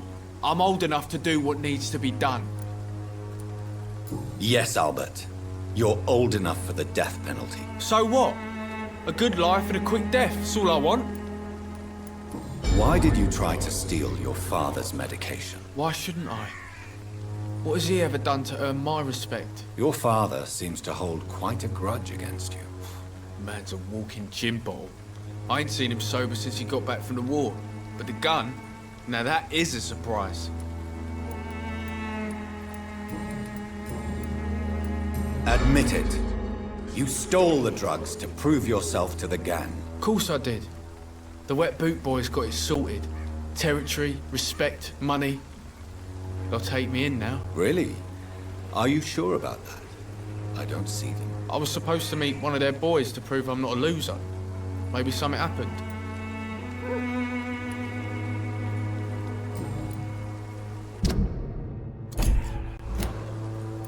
Goodbye, young man.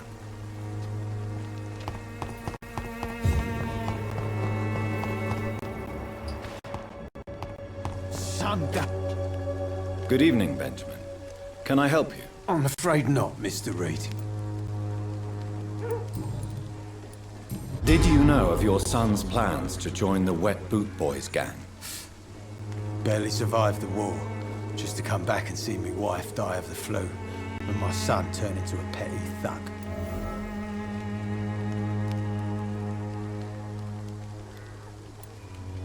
Protect your son, Benjamin.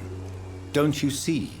Whatever your quarrels, his salvation could be yours. According to him, everything's my fault. We've nothing left to say or to save.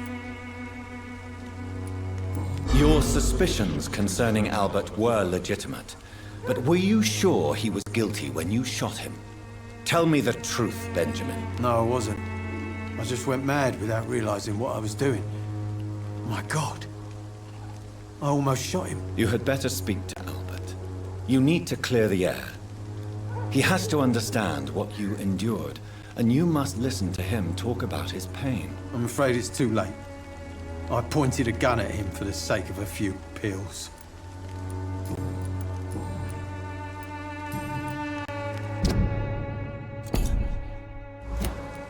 A gun, alcohol, and a bad temper make a terrible cocktail, sir. Goodbye for now. Effectiveness has been proven by many. Even the flu is no match for the Swanborough cordial.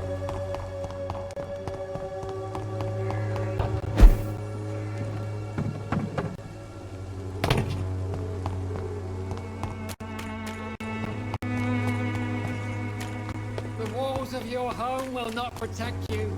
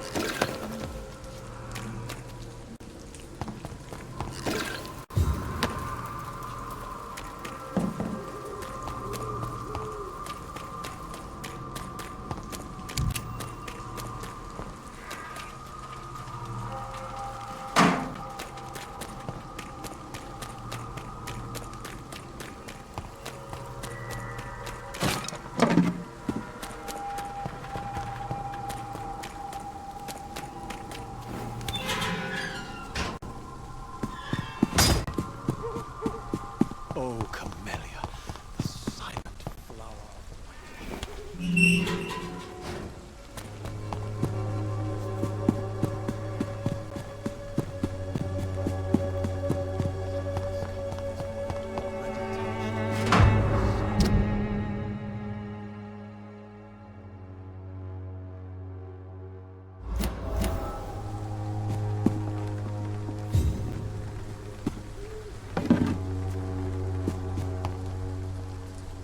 Good evening, sir.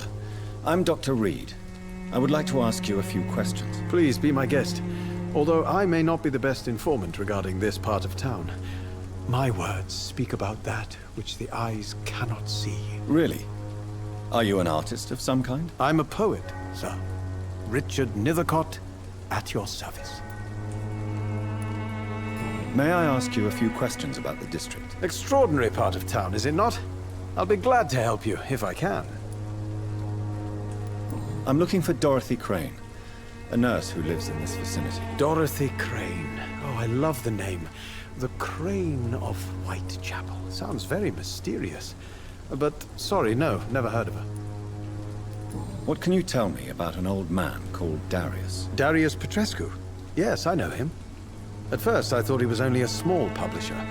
I invited him to publish my work, but his reaction was pretty clear. Not interested in your talent? Darius is an old political activist who takes delight in printing tracts and lampoons. Those communist activities only require mediocre writing skills. May I ask what you're doing at this hour of night, sir? Do you live here? Not at all. I'm just enjoying the pleasure of a quiet walk. Though night talks are always preferable, if you ask me. Especially with strangers. But are you not afraid of the epidemic? Oh, why should I? I see some equity in the Spanish flu. No flesh should be saved, say the scriptures. Good or evil, rich or poor, all are equal in the eyes of the flu. If you say so. But as a physician in a time of epidemic, I must caution you to avoid unnecessary exposure, sir. Thank you, Doctor. But we both know the seeker of truth has to go boldly where the weak dare not. What are your thoughts on the terrible situation in this city? Terrible, you say? No. Of course, the death of so many innocents is a tragedy. But the scourge has not been all bad for the city. Oh, no, sir. What are you talking about? Do you remember London before the flu? Noisy, cacophonic, quiet nowhere to be found. And now, listen to this oddly peaceful silence.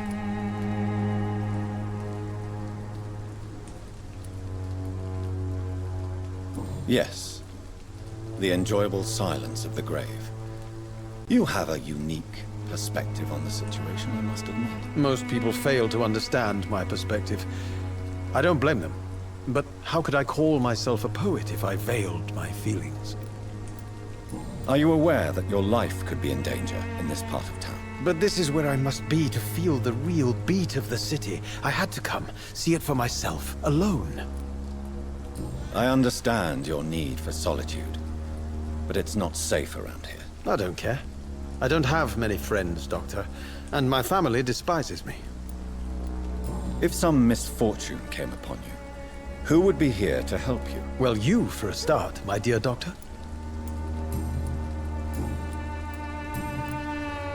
Tell me, Mr. Nethercott, why seek inspiration in Whitechapel? The place is not beautiful per se, but how to explain it? Stirring and challenging. Do you not think it a little morbid? On the contrary, sir. Whitechapel is full of life, full of beauty. Just like my dear muse, the wonderful Camellia. What can you tell me about Camellia? Not much, and that's the beauty of it. She can't speak, you know. She's a locked mystery who exhales kindness and sweetness. Perhaps you're just afraid to find out the truth about your muse. One day, perhaps, I'll ask her to come with me. But will she still be my wild flower of Whitechapel if she moves uptown? And have you ever tried to learn more about her? Where she lives? How she survives? Whom she may know? Maybe I prefer she remains an enigma. Reality can be so dull, don't you think?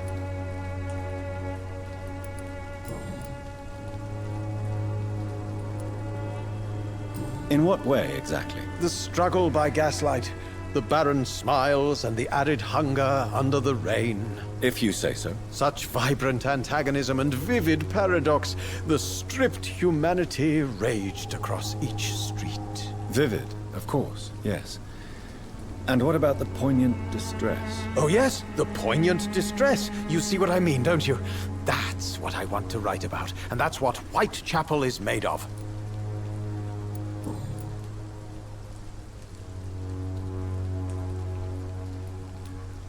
Did you know the mute florist is a member of a secret society? No, I didn't.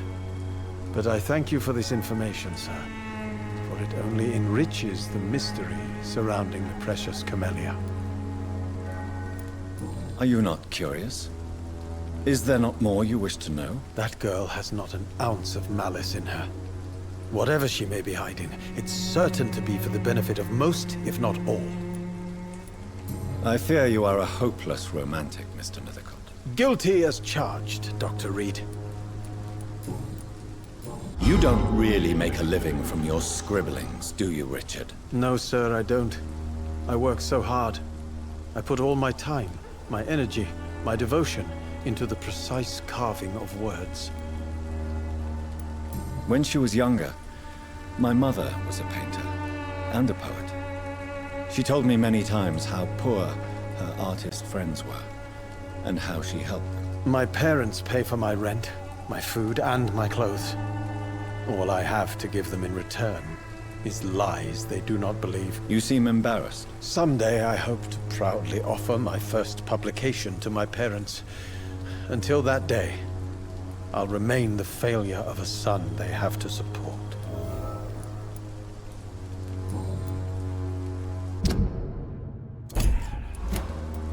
I'll leave you alone, sir.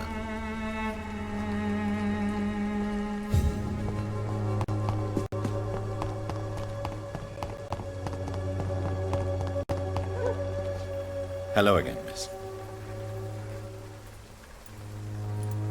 I know you understand what I'm saying. Your silence has nothing to do with you being mute, does it? Melia, I know you work for Dorothy Crane. Please tell me about her secret dispensary. A stubborn and mute comrade. Nurse Crane and Darius Petrescu have been clever. Tell me about Richard Nethercott. I understand he is quite fond of you, Camellia. Very well. Goodbye, then.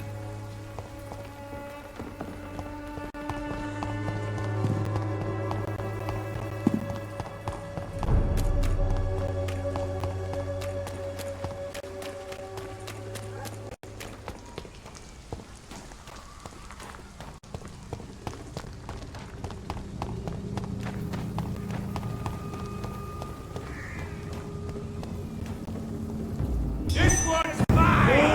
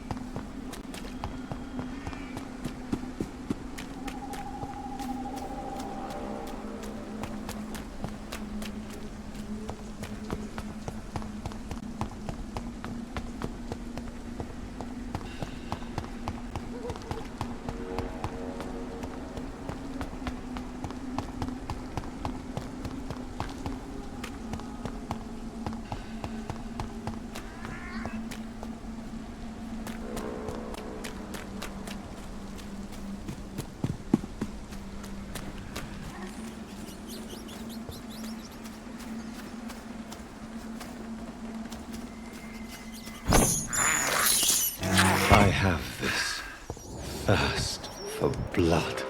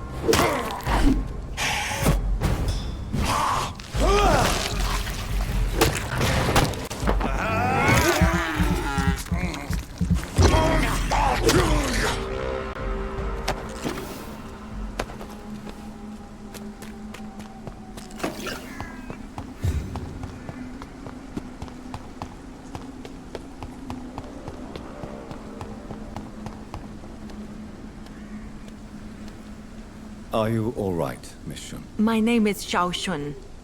This is the proper way to address someone in my country. I do apologize, Xiao Shun.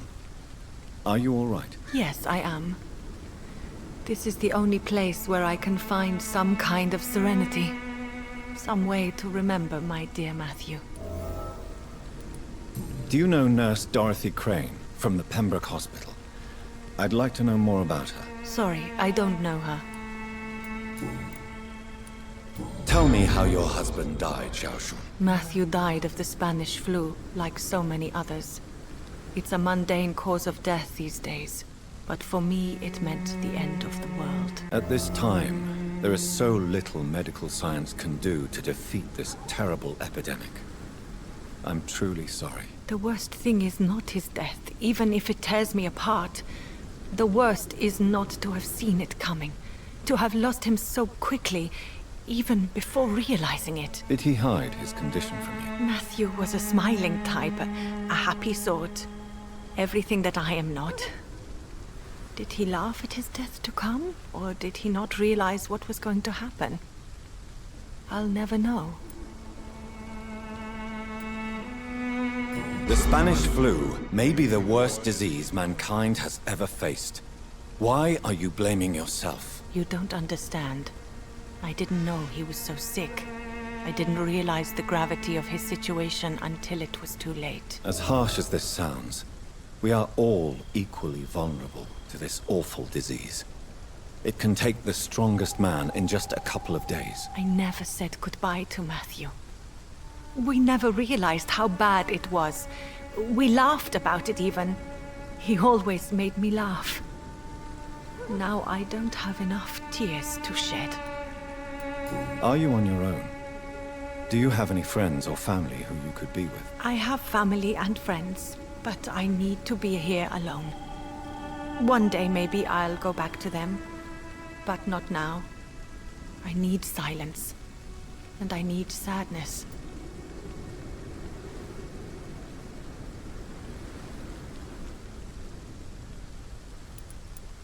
Sadness can be a terrible trap. It can entangle you and weaken your heart if you let it control your thoughts. Thank you for your sincere words, Dr. Reed. I sense you trying to help me, even if I don't quite understand why. Are you a doctor yourself? Is this why you feel so guilty for not saving your sick husband? No, I am not. But I still need to blame someone for Matthew's death. And who else, if not his wife, who did not see it coming? I'm a physician, one of the best in the country. But I was unable to save my own sister, Mary. She died in my arms. Why tell me this? Is it supposed to make me feel better? No. But I wanted you to know that you have done nothing wrong. Unlike me. May I ask what caused the death of your sister? You could say she was also killed by a terrible disease. A disease I have sworn to fight and cure, no matter how long it takes. Thank you for sharing that with me, Dr. Reed. Maybe it's time we start to rebuild our lives, you and I. You realize you can't stay here forever, don't you? Eventually, you'll have to leave the cemetery. Why? Why should I go? Since this is the only place I can find peace of mind. But you're not dead. There is a difference between visiting the dead and staying with them. You sound like you're no stranger to the pain I feel. Let's just say, I too have a good reason to visit cemeteries at night. Please accept my condolences for your loss then, Dr. Reed. You should go home now. I think you're right. Cemeteries are for the dead, for they need silence too. Thank you for your honesty and your wisdom, Dr. Reed. Thank you for your company, Xiaoshun. Take care on the way home. Maybe I'll see you again in Whitechapel. Goodbye for now. Goodbye for now. Matthew.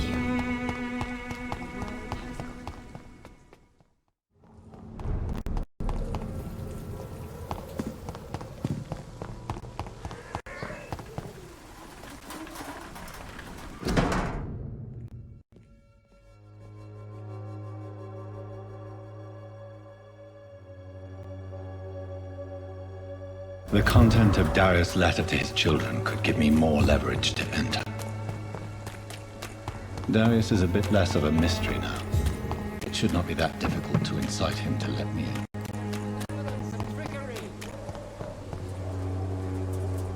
You are blinded by your fault. Good evening, Mr. Whitaker. It's Father Whitaker, my son. So, are you still lost in your rational delusions? I have found Samuel, your disciple. I am afraid I have bad news. I already expected the worst. He should already have come back. He is dead, isn't he? Yes, he is now. The epidemic took him. Samuel steadily made donations to our cause. He would have rewarded you himself if you'd found me in that awful cemetery. Please accept this money.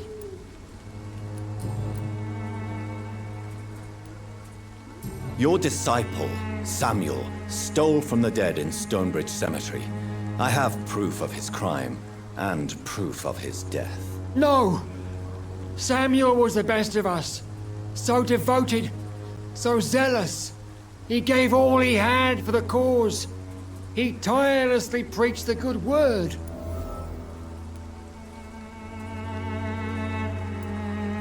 Your precious Samuel used you. He was an immoral crook. If that's true, then he will be my burden to bear during this endless night. He defiled the dead with his petty thefts. That's how he financed your misguided crusade. Think what you will. When this city is saved, he will be praised for his devoted fortitude. He walked boldly into the mouth of abomination.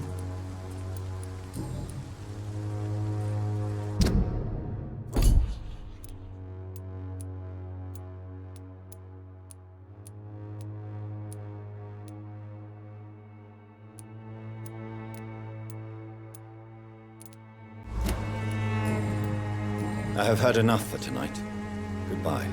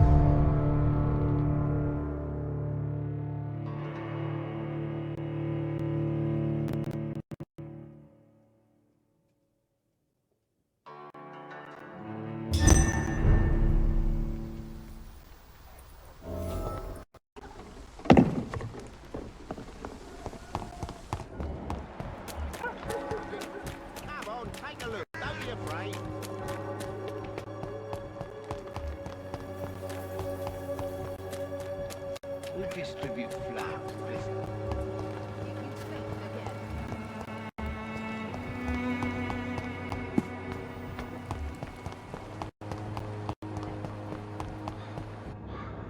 Good evening, Xiaoshu. 晚上好, Dr. Reed. It's good to see you again. What are you doing with your time, now that you're back in Whitechapel? I've decided to help the poor and sick of the neighborhood by handing out medicine. That's very charitable of you. But why do it at night? I've noticed that the most desperate people tend to go out after dark. Hence my presence, to help them when I can. Giving out medicine? How can you afford to do that? I am a rich widow, Dr. Reed. My departed husband left me enough money to last the rest of my life. I can spend some on those who don't have any. Why don't you move to a better neighborhood? I thought about it, I confess. To go back to the same empty home every day still hurts me a lot. Why stay here then? I am a woman of habit, Dr. Reed. And for now, I am happier being useful in a familiar place than I would be anywhere else. How do you feel now that you're back in Whitechapel? I've decided to follow your advice, sir.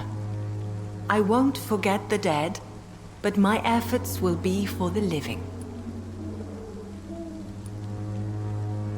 I've no doubt.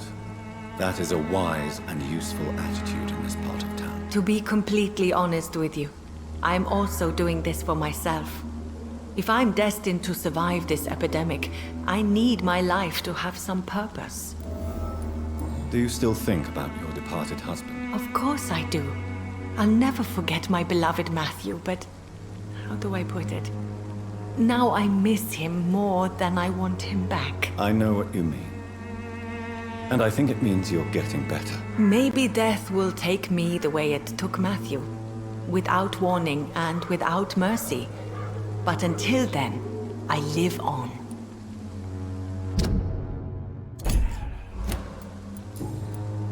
Goodbye for now.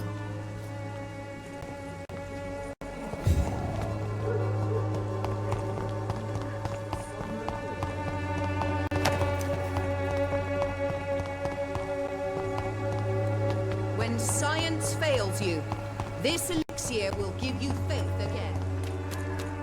Maybe it's time to see if this Christina is still working nearby. Mr. Petrescu, just 1 minute, please. You again? Go away.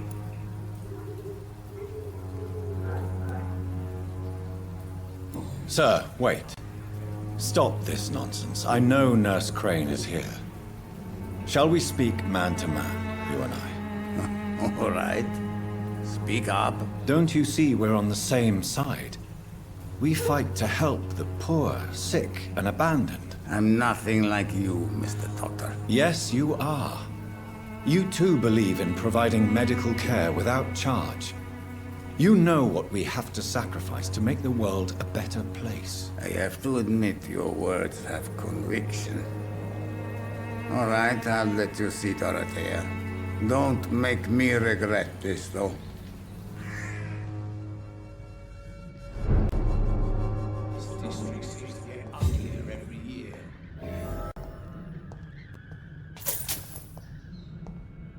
Maybe it's time to see if this Christina is still working nearby.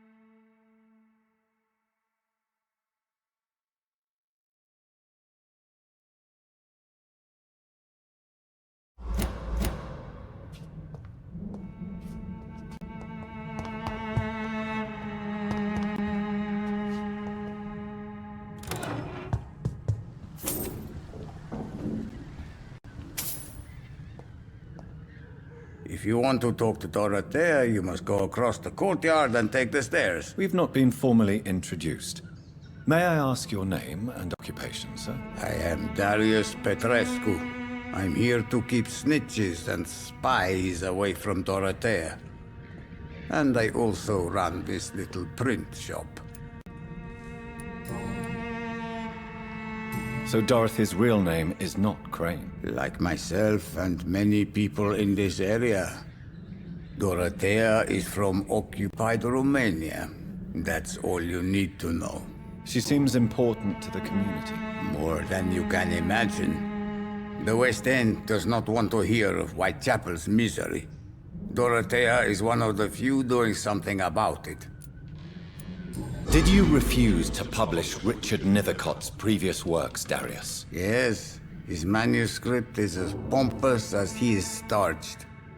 Now there's a man who loves the sound of his own voice. You could have told him so. As a great writer recently said, politeness is the most acceptable hypocrisy. Tell me everything you know about Camellia, the mute florist. I do not believe in the afterlife, Doctor, but I'm almost convinced Camellia is an angel. She volunteered to give out our medical leaflets. Are you not worried for her safety? She is as brave as she is tough, and clever, too. If only I had met her when I was younger. Are you in love with Camellia, Mr. Petrescu? Don't be stupid. If I had met her when I was younger, we could have won our revolution. Who is she, really? Do you know where she's from? She's not from around here, that's all we know. Camellia is not even her name. It's her favorite flower. You say she has no close family? Well, there's that awful poet who constantly follows her around like a lost puppy. A good man for sure, but a very poor writer.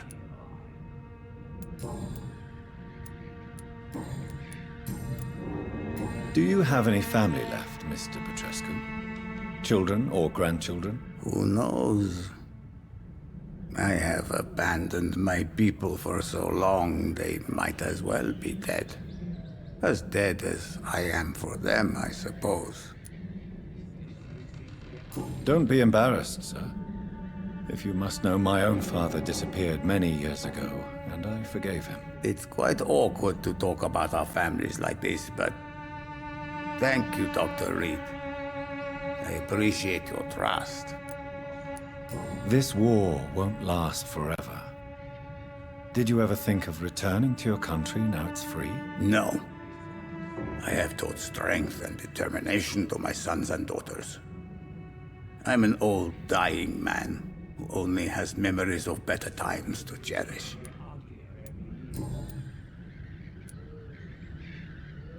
I know you fought for your country when it was occupied, Darius. Tell me more about it. I know my days are numbered, and I know I won't see my homeland again. But I fought for Romania all my life, and I will until my last breath. But Romania escaped the grasp of the Austro-Hungarian Empire. It's a free country again. It is not the country I fought for. My homeland is not appeased, Doctor. But I still see a dark future ahead for my people. How did you meet Nurse Crane, Darius? Why does she trust you? I'm her oldest friend in England.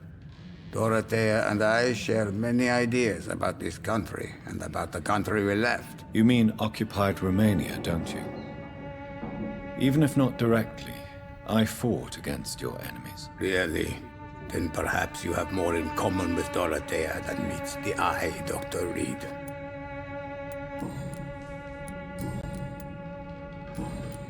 Goodbye, Mr. Petrescu.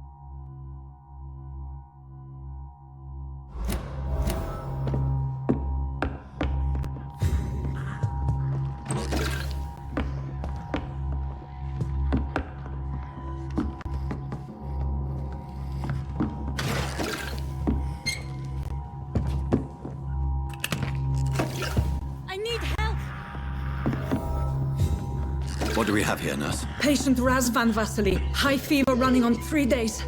Complaints of dizziness, muscle aches, and head pain. Diagnosed with influenza. Treatment? Aspirin and salicin for the fever and discomfort. Liquids for dehydration, but he's having trouble keeping even water down. Thank you, nurse. Anything else I should know? He did lose consciousness this morning, but he's never had convulsions like these. He's not convulsing, he's choking. He's not getting any air. Scalpel! Hand me that scalpel! What can I do, Doctor?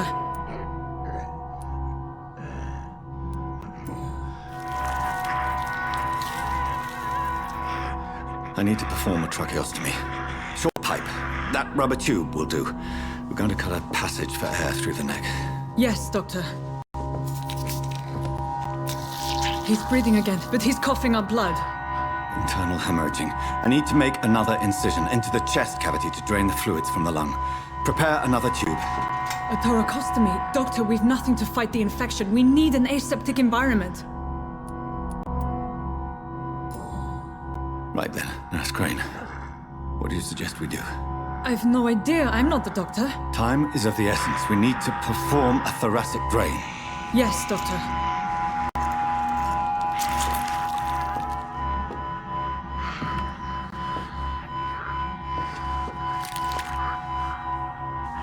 He's still bleeding, Doctor. I'm losing his pulse. The drain must have punctured the intercostal artery. There's too much blood. Are you all right, Doctor? I can't see.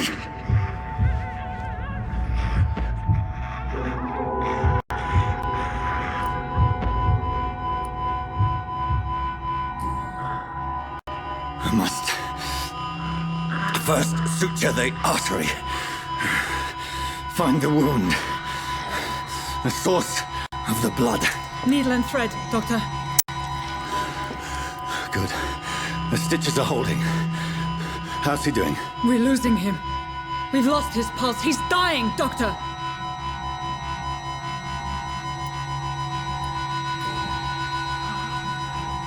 A dose of epinephrine, now. Yes, Doctor.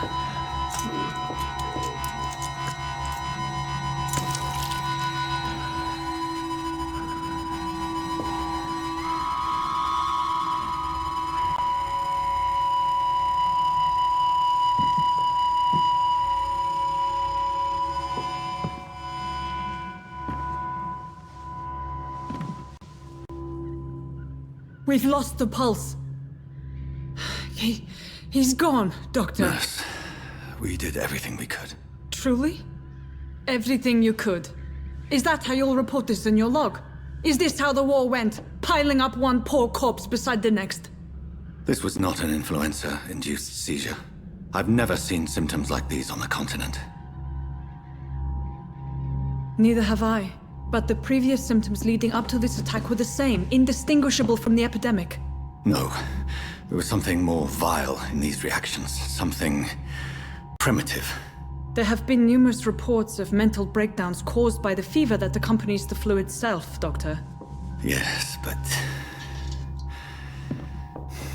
I'd best take some samples of the blood for analysis.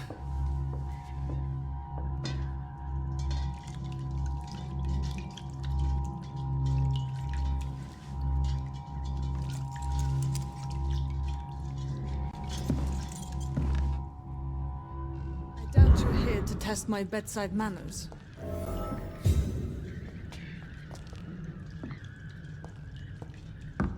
To what do I owe this courtesy?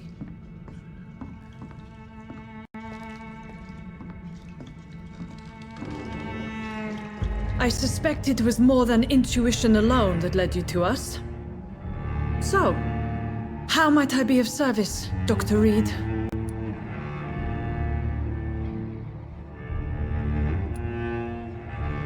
Your heart might be in the right place, but you can't carry on with this blackmail. For God's sake, Dorothy, it's extortion. It's a serious crime. Doctor, you think your warnings scare me? I've stolen and plied, blackmailed and lied, but what else am I to do? I'm all these people have. But why Lady Ashbury? Why her, of all people? She's pristine and proper, all right. But that she-wolf in sheep's clothing murders the poor for sport. I have her where she belongs, and I'll milk her for all she's got. Dr. Swansea is a sensible and honest man. He wouldn't have refused your friend's care at Pembroke. It's easy for you to say, Doctor. These people cannot go to the police, nor to the hospital. They don't even speak English. They depend on me for everything. So, the end justifies the means. Is that your defense? I know you're kind, Doctor. Just another fine-heeled, silver-spooned gentleman who was given the world on a platter. You know nothing of poverty. Nothing of the shame, the hunger, the loneliness. You've convinced me of the sincerity of your actions and their noble justifications. But all the same, Blackmail is a crime, and it will stop, Nurse Crane. So, are you going to turn me over to the authorities?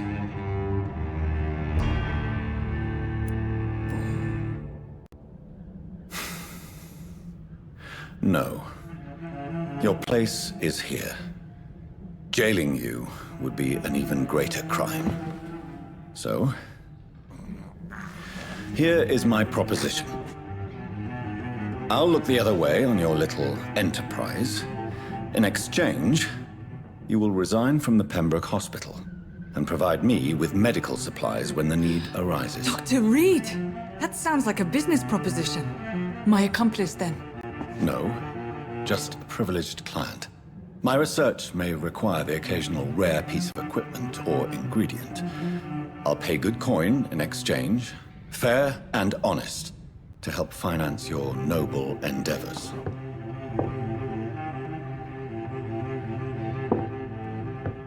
We have ourselves a deal, Doctor. Good customers are always welcome. Yes, Nurse Crane. We have a deal.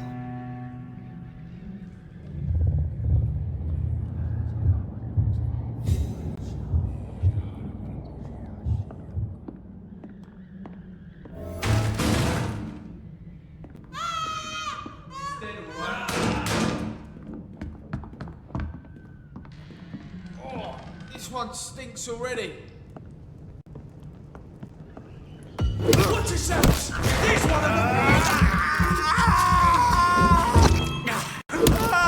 Oh, Christ! Snuff it, leech!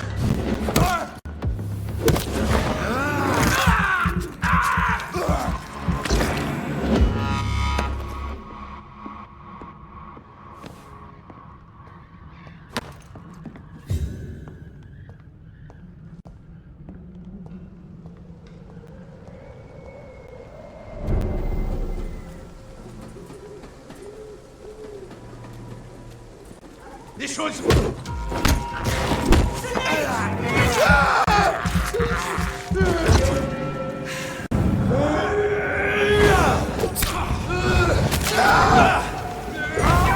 Christ, he's dead! Over there! There's one of them!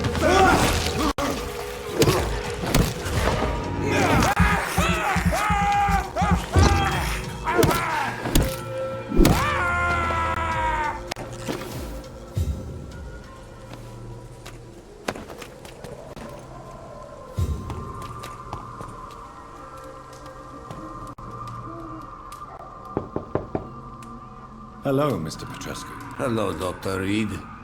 Come on in.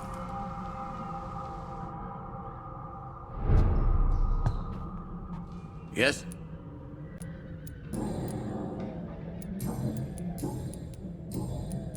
Goodbye, Mr. Petrescu.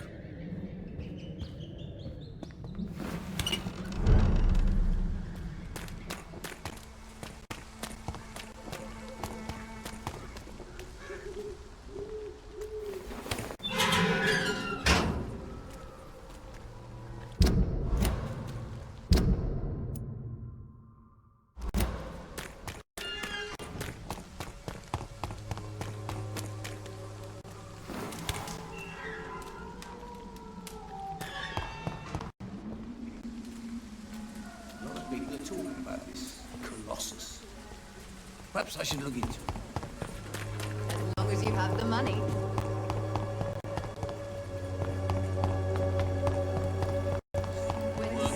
Nearby.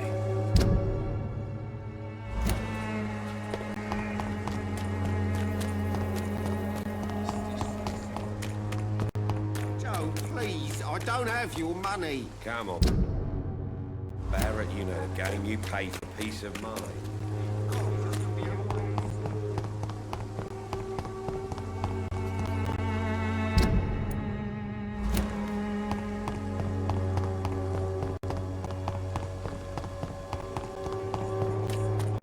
Not to give you another beat.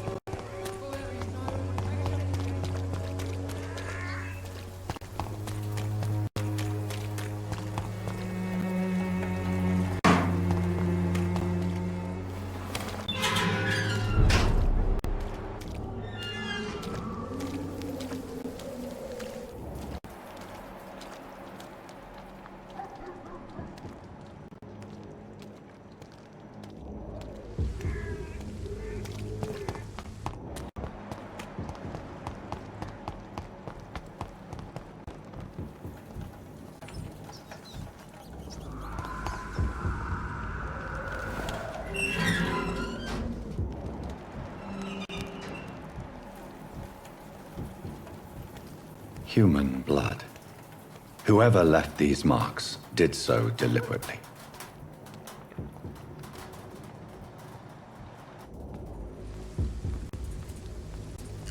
Kill it, boy! Vermin!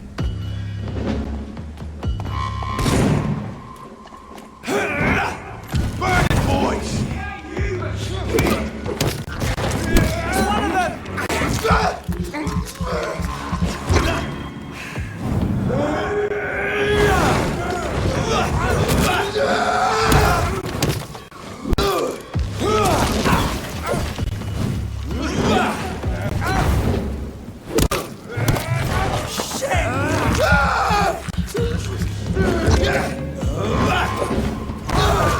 Shit, that leech is fast!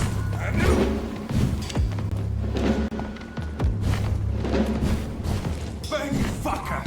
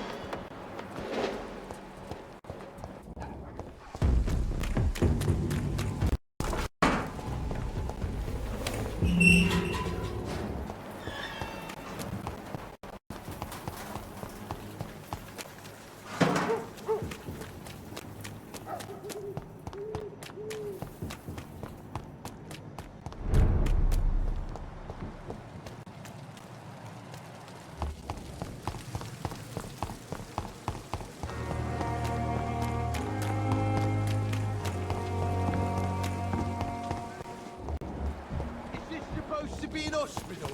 A pigsty would smell better. Hello again, Mr. Blight. I'm happy to see Mr. Thatcher is safe, for now. I'm eternally grateful, Doctor. We were total strangers and you helped us anyway. Can't thank you enough, sir. Why do you stay here now that Mr. Thatcher's back? It's complicated.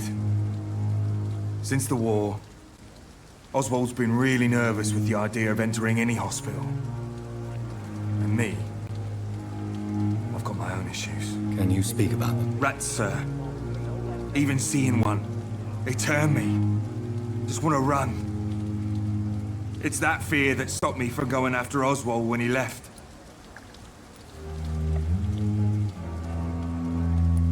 What can you tell me about the war, Mr. Blight? If you want to speak about it, of course. War was... well, you know, sir. Stench of death everywhere. Your mates lying bleeding in the mud. Just praying to make it through and get home. Bloody nightmare. Did you know Oswald Thatcher before the war? No. We met in the battlefield. I think we're in the same boat to France. We've stuck together ever since. I fought in France, too. I served as a field surgeon, but it was not uncommon to repel an assault, especially at night. Yeah. The first time I was wounded, I had to protect the infirmary from hostiles. Twice. You are always welcome at the Pembroke Hospital. As a former officer, I'll be honored to welcome a fellow veteran. I'm not giving up on bringing Oswald back to the hospital. I just need to convince him that he needs some help. Perhaps he needs to reach that decision by himself. Could you speak to him? He doesn't usually listen to doctors, but perhaps because you've been through it, you can talk him round.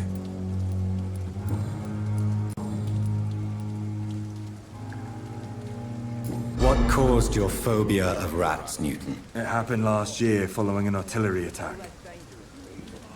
I was trapped for 2 days in a hole under 2 dead soldiers. And there were rats. Go on. They started eating me as soon as I dozed. Gnawing at my ears. With fingers, lips. Couldn't move. Couldn't call for help. I see. No, you don't. You have no idea what it is to wake up buried under bodies.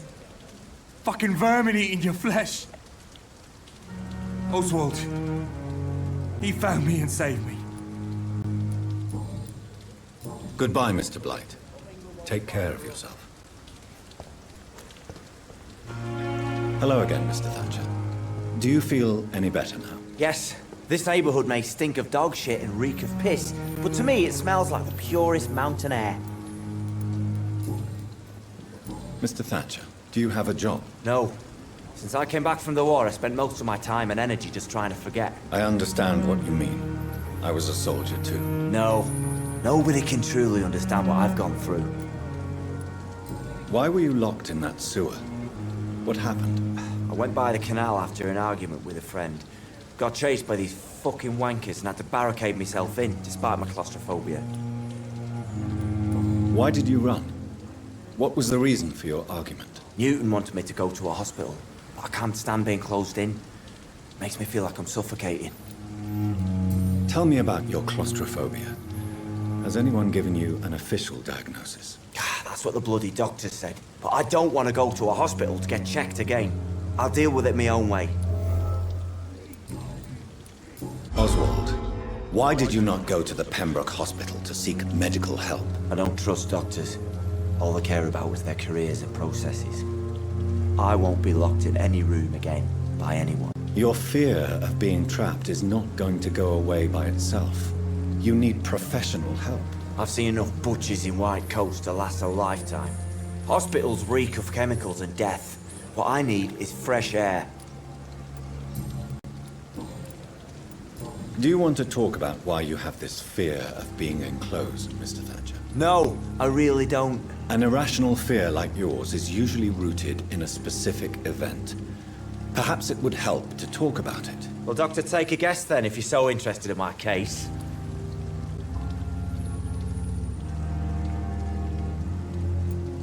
When I rescued you, you expressed joy at seeing the sky again. So I'm inclined to believe you were trapped or buried somehow. Maybe during a shelling. Jeez, you're good, Doc. You're really good. Go on, please. Tell me more about it. Newton and I were trapped in a circulation tunnel after an artillery attack. We were buried alive for several days without ever knowing if we'd be found. Oswald, tell me about what happened when you were buried in that tunnel with Newton. It was more than dark. It was black as pitch. Hours seemed like days, and days like months. The terror, the shameful thoughts. Lord have mercy. What you endured was terrifying. It would have completely destroyed weaker men. It did not destroy Newton. Shameful thoughts. Tell me about them. At some point, I don't remember which day, but when I thought we'd never be rescued, that this would be our end, I thought about... Say it, Mr. Thatcher. If you ever want to heal, you have to say it. I thought about what I could do to survive. Just for a few more days. I thought about killing Newton. Killing and eating him. The man I fucking love.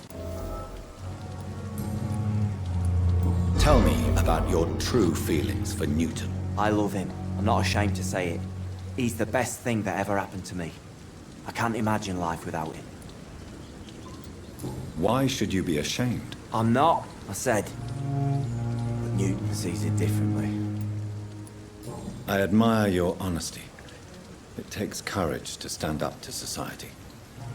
The world needs people like you to create change. Courage is what we needed in the trenches, looking death in the face every day. I speak plain. I speak my mind. Have you always been this straightforward? All I know is, before you saved me by the sewer, my only regret was I wouldn't be able to hold or kiss Newton again. I love him, that's all. Goodbye, Mr. Thatcher. Try to take care of yourself.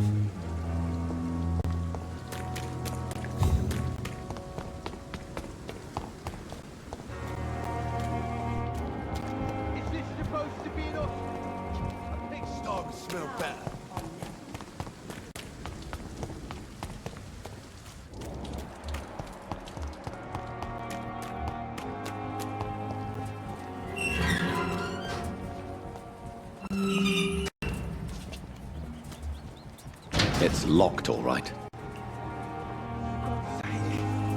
We're still alive and healthy. Can't you be satisfied with that? We have no reason to be here.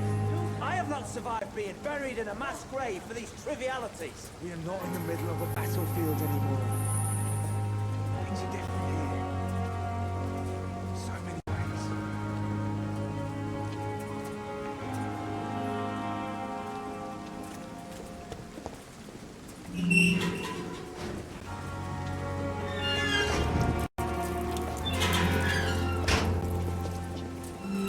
Hello again, Mr. Blight. Good evening, Dr. Reed. You doing your rounds as usual?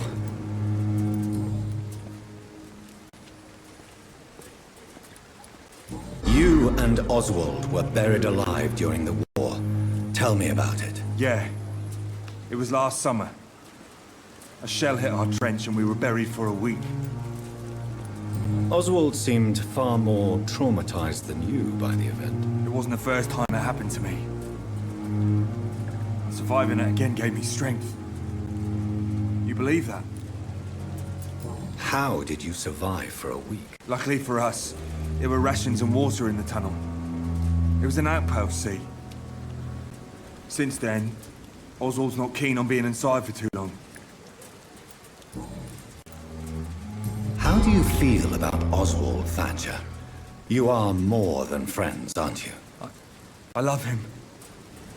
I love Oswald. We knew we wouldn't survive the war without each other. But I am terrified, Doctor. What frightens you so much? What if people find out? Oswald says I'm ashamed, but it ain't that.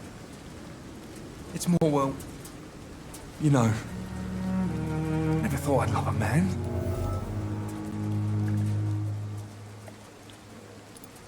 Enjoy your love. And enjoy life as long as you can, Mr. Blight. Don't let anyone tell you who you should love or how you should love them. I appreciate your kind words, sir. But it ain't that easy. It's all so new to me. Goodbye, Mr. Blight. Take care of yourself.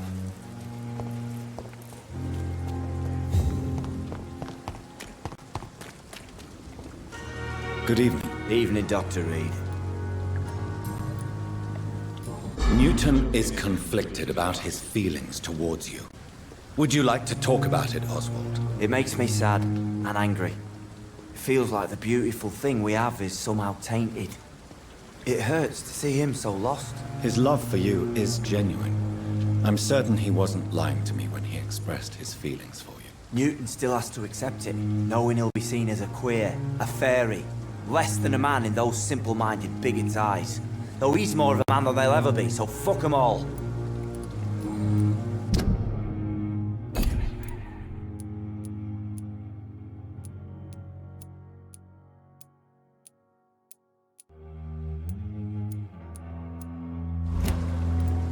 Goodbye, Mr. Thatcher. Try to take care of yourself.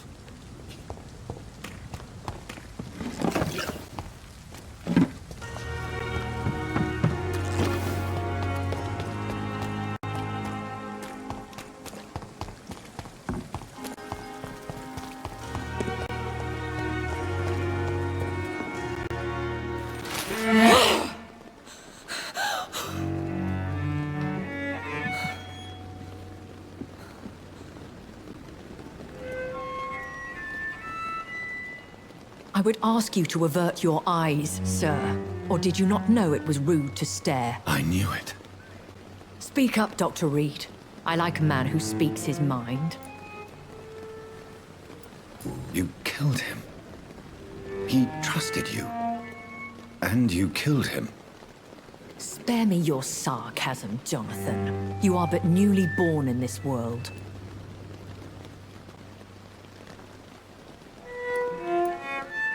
So in the end, the accusation was true, wasn't it? The situation is somewhat awkward nonetheless. I have not been observed sustaining myself for many decades.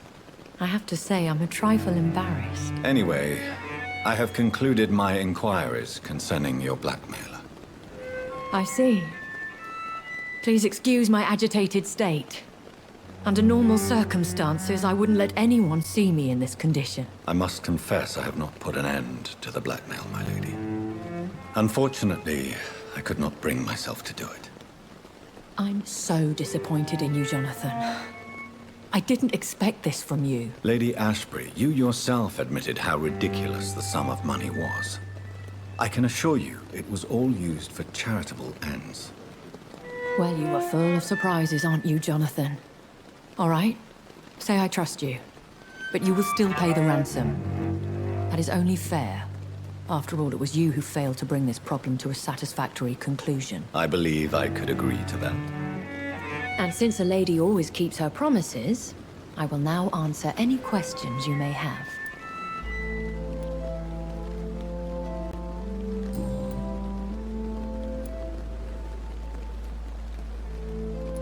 A vampire?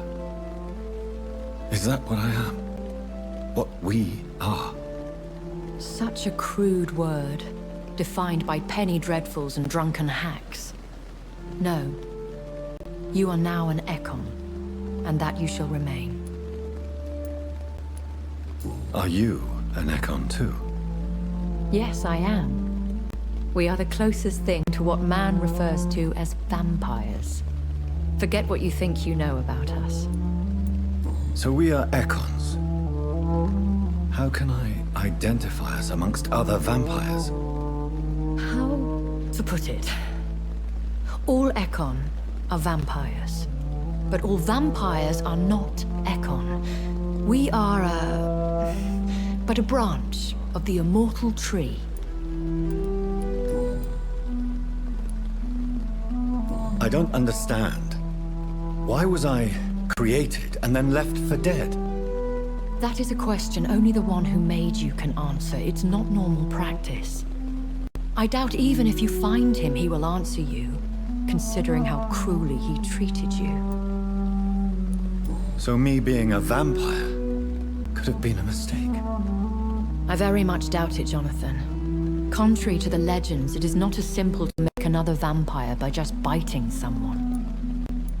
I'd like to avoid creating another vampire by mistake anyway. Tell me, how is it done? The process is dangerous. It could even kill your potential progeny. If you did decide to sire an offspring, they must drink of your blood, Jonathan. I've been hearing a voice talking in my head. Is this some kind of insanity? It feels like the voice of the vampire that created me. Hush. Tell no one this. It would be unwise to talk of such things amongst British immortals. Speak no more of your maker. How could this cause offense? Only the powerful immortals can mentally call to their progeny. No vampire or hunter will sleep easy, knowing that an unidentified elder is stalking the streets of London. Excuse my forwardness, but are you my maker? Me? Goodness, no. Only a foolish immortal would create a progeny without taking precaution, and I'm no fool.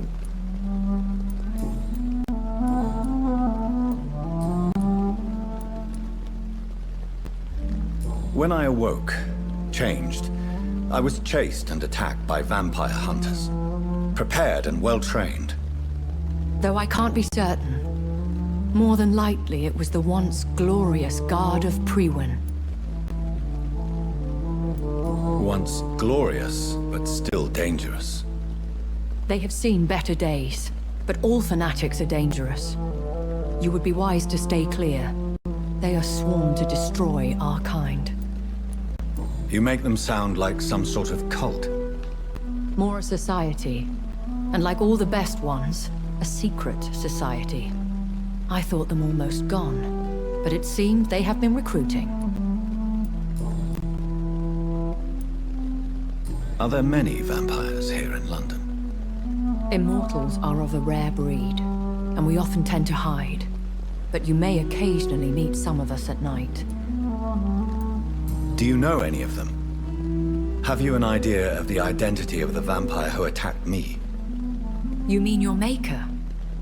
No, Jonathan, I have no clue. But I fear he or she is as careless as cruel. To let you discover your new condition by yourself. What do you mean? Every now and then, you may discover an immortal in the deep of the night. But we are a rare and reclusive breed. Our progeny is almost never accidental. Will they all be as affable as you, my lady? I do not see why not. But remember, even the shark smiles before he bites. That sounds like a lesson from experience. Vampire politics are as intricate and sometimes tedious as a game of chess in a gentleman's club. I've learned from experience it is best to decline to play. I've been away from London and England for 3 years. This isn't the city I remember. Things have gone from bad to worse here, Jonathan. I've lived in this city for a long time, and I've never seen it like this. The Spanish flu has hit London that bad. Yes, but it's not just that. I've heard things. Things I've not heard for a very, very long time. There are whispers in the shadows. Something far worse than the Spanish flu is here in the city.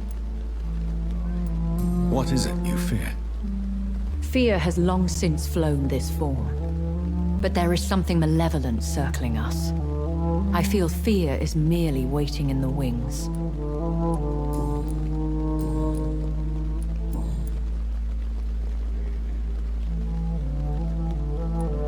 Why did you save me in the canning factory? I could hardly stand by and watch such a promising young blood as yourself be torn to shreds by some gutter scowl. William Bishop wasn't the vampire that created me then? No, Jonathan. Whatever their strength and demeanor, scowls are the progeny of careless vampires. It cannot be the other way round. What type of vampire is a scowl? Not a true vampire. The deformed offspring of lesser vampires. It is a shame these creatures run wild, slaves to their baser instincts. Why does Dr. Swansea allow you to feed on the patients of the hospital? Dr. Swansea is a good and compassionate man. He is trying to find a solution for our hunger. Until that happens, he is clever enough to understand that I only feed upon the dying. What do you know about this Brotherhood of St. Paul's Stole? The Brotherhood is well known amongst London vampire society. As long as our kind is discreet, and as long as they do not interfere, we have come to a mutual understanding. And no one suspected you of the murders? As you well know, suspicion has recently fallen on me of killing for pleasure. But you have my word, Jonathan. I take no pleasure in taking a life. I know this is beyond the pale, but may I inquire your age? Really? And I thought you were gentlemen. If you must know, I'm 27. I've been 27 for a long time now, and 27 I shall remain. Very well, but I believe there is more to this than you are saying. A lady has to have some secrets. And who bestowed upon you this eternal youth? My maker. He left this isle a long time ago. I bid you farewell, for now, my lady. I must quickly analyze the blood I took from Nurse Crane's patient.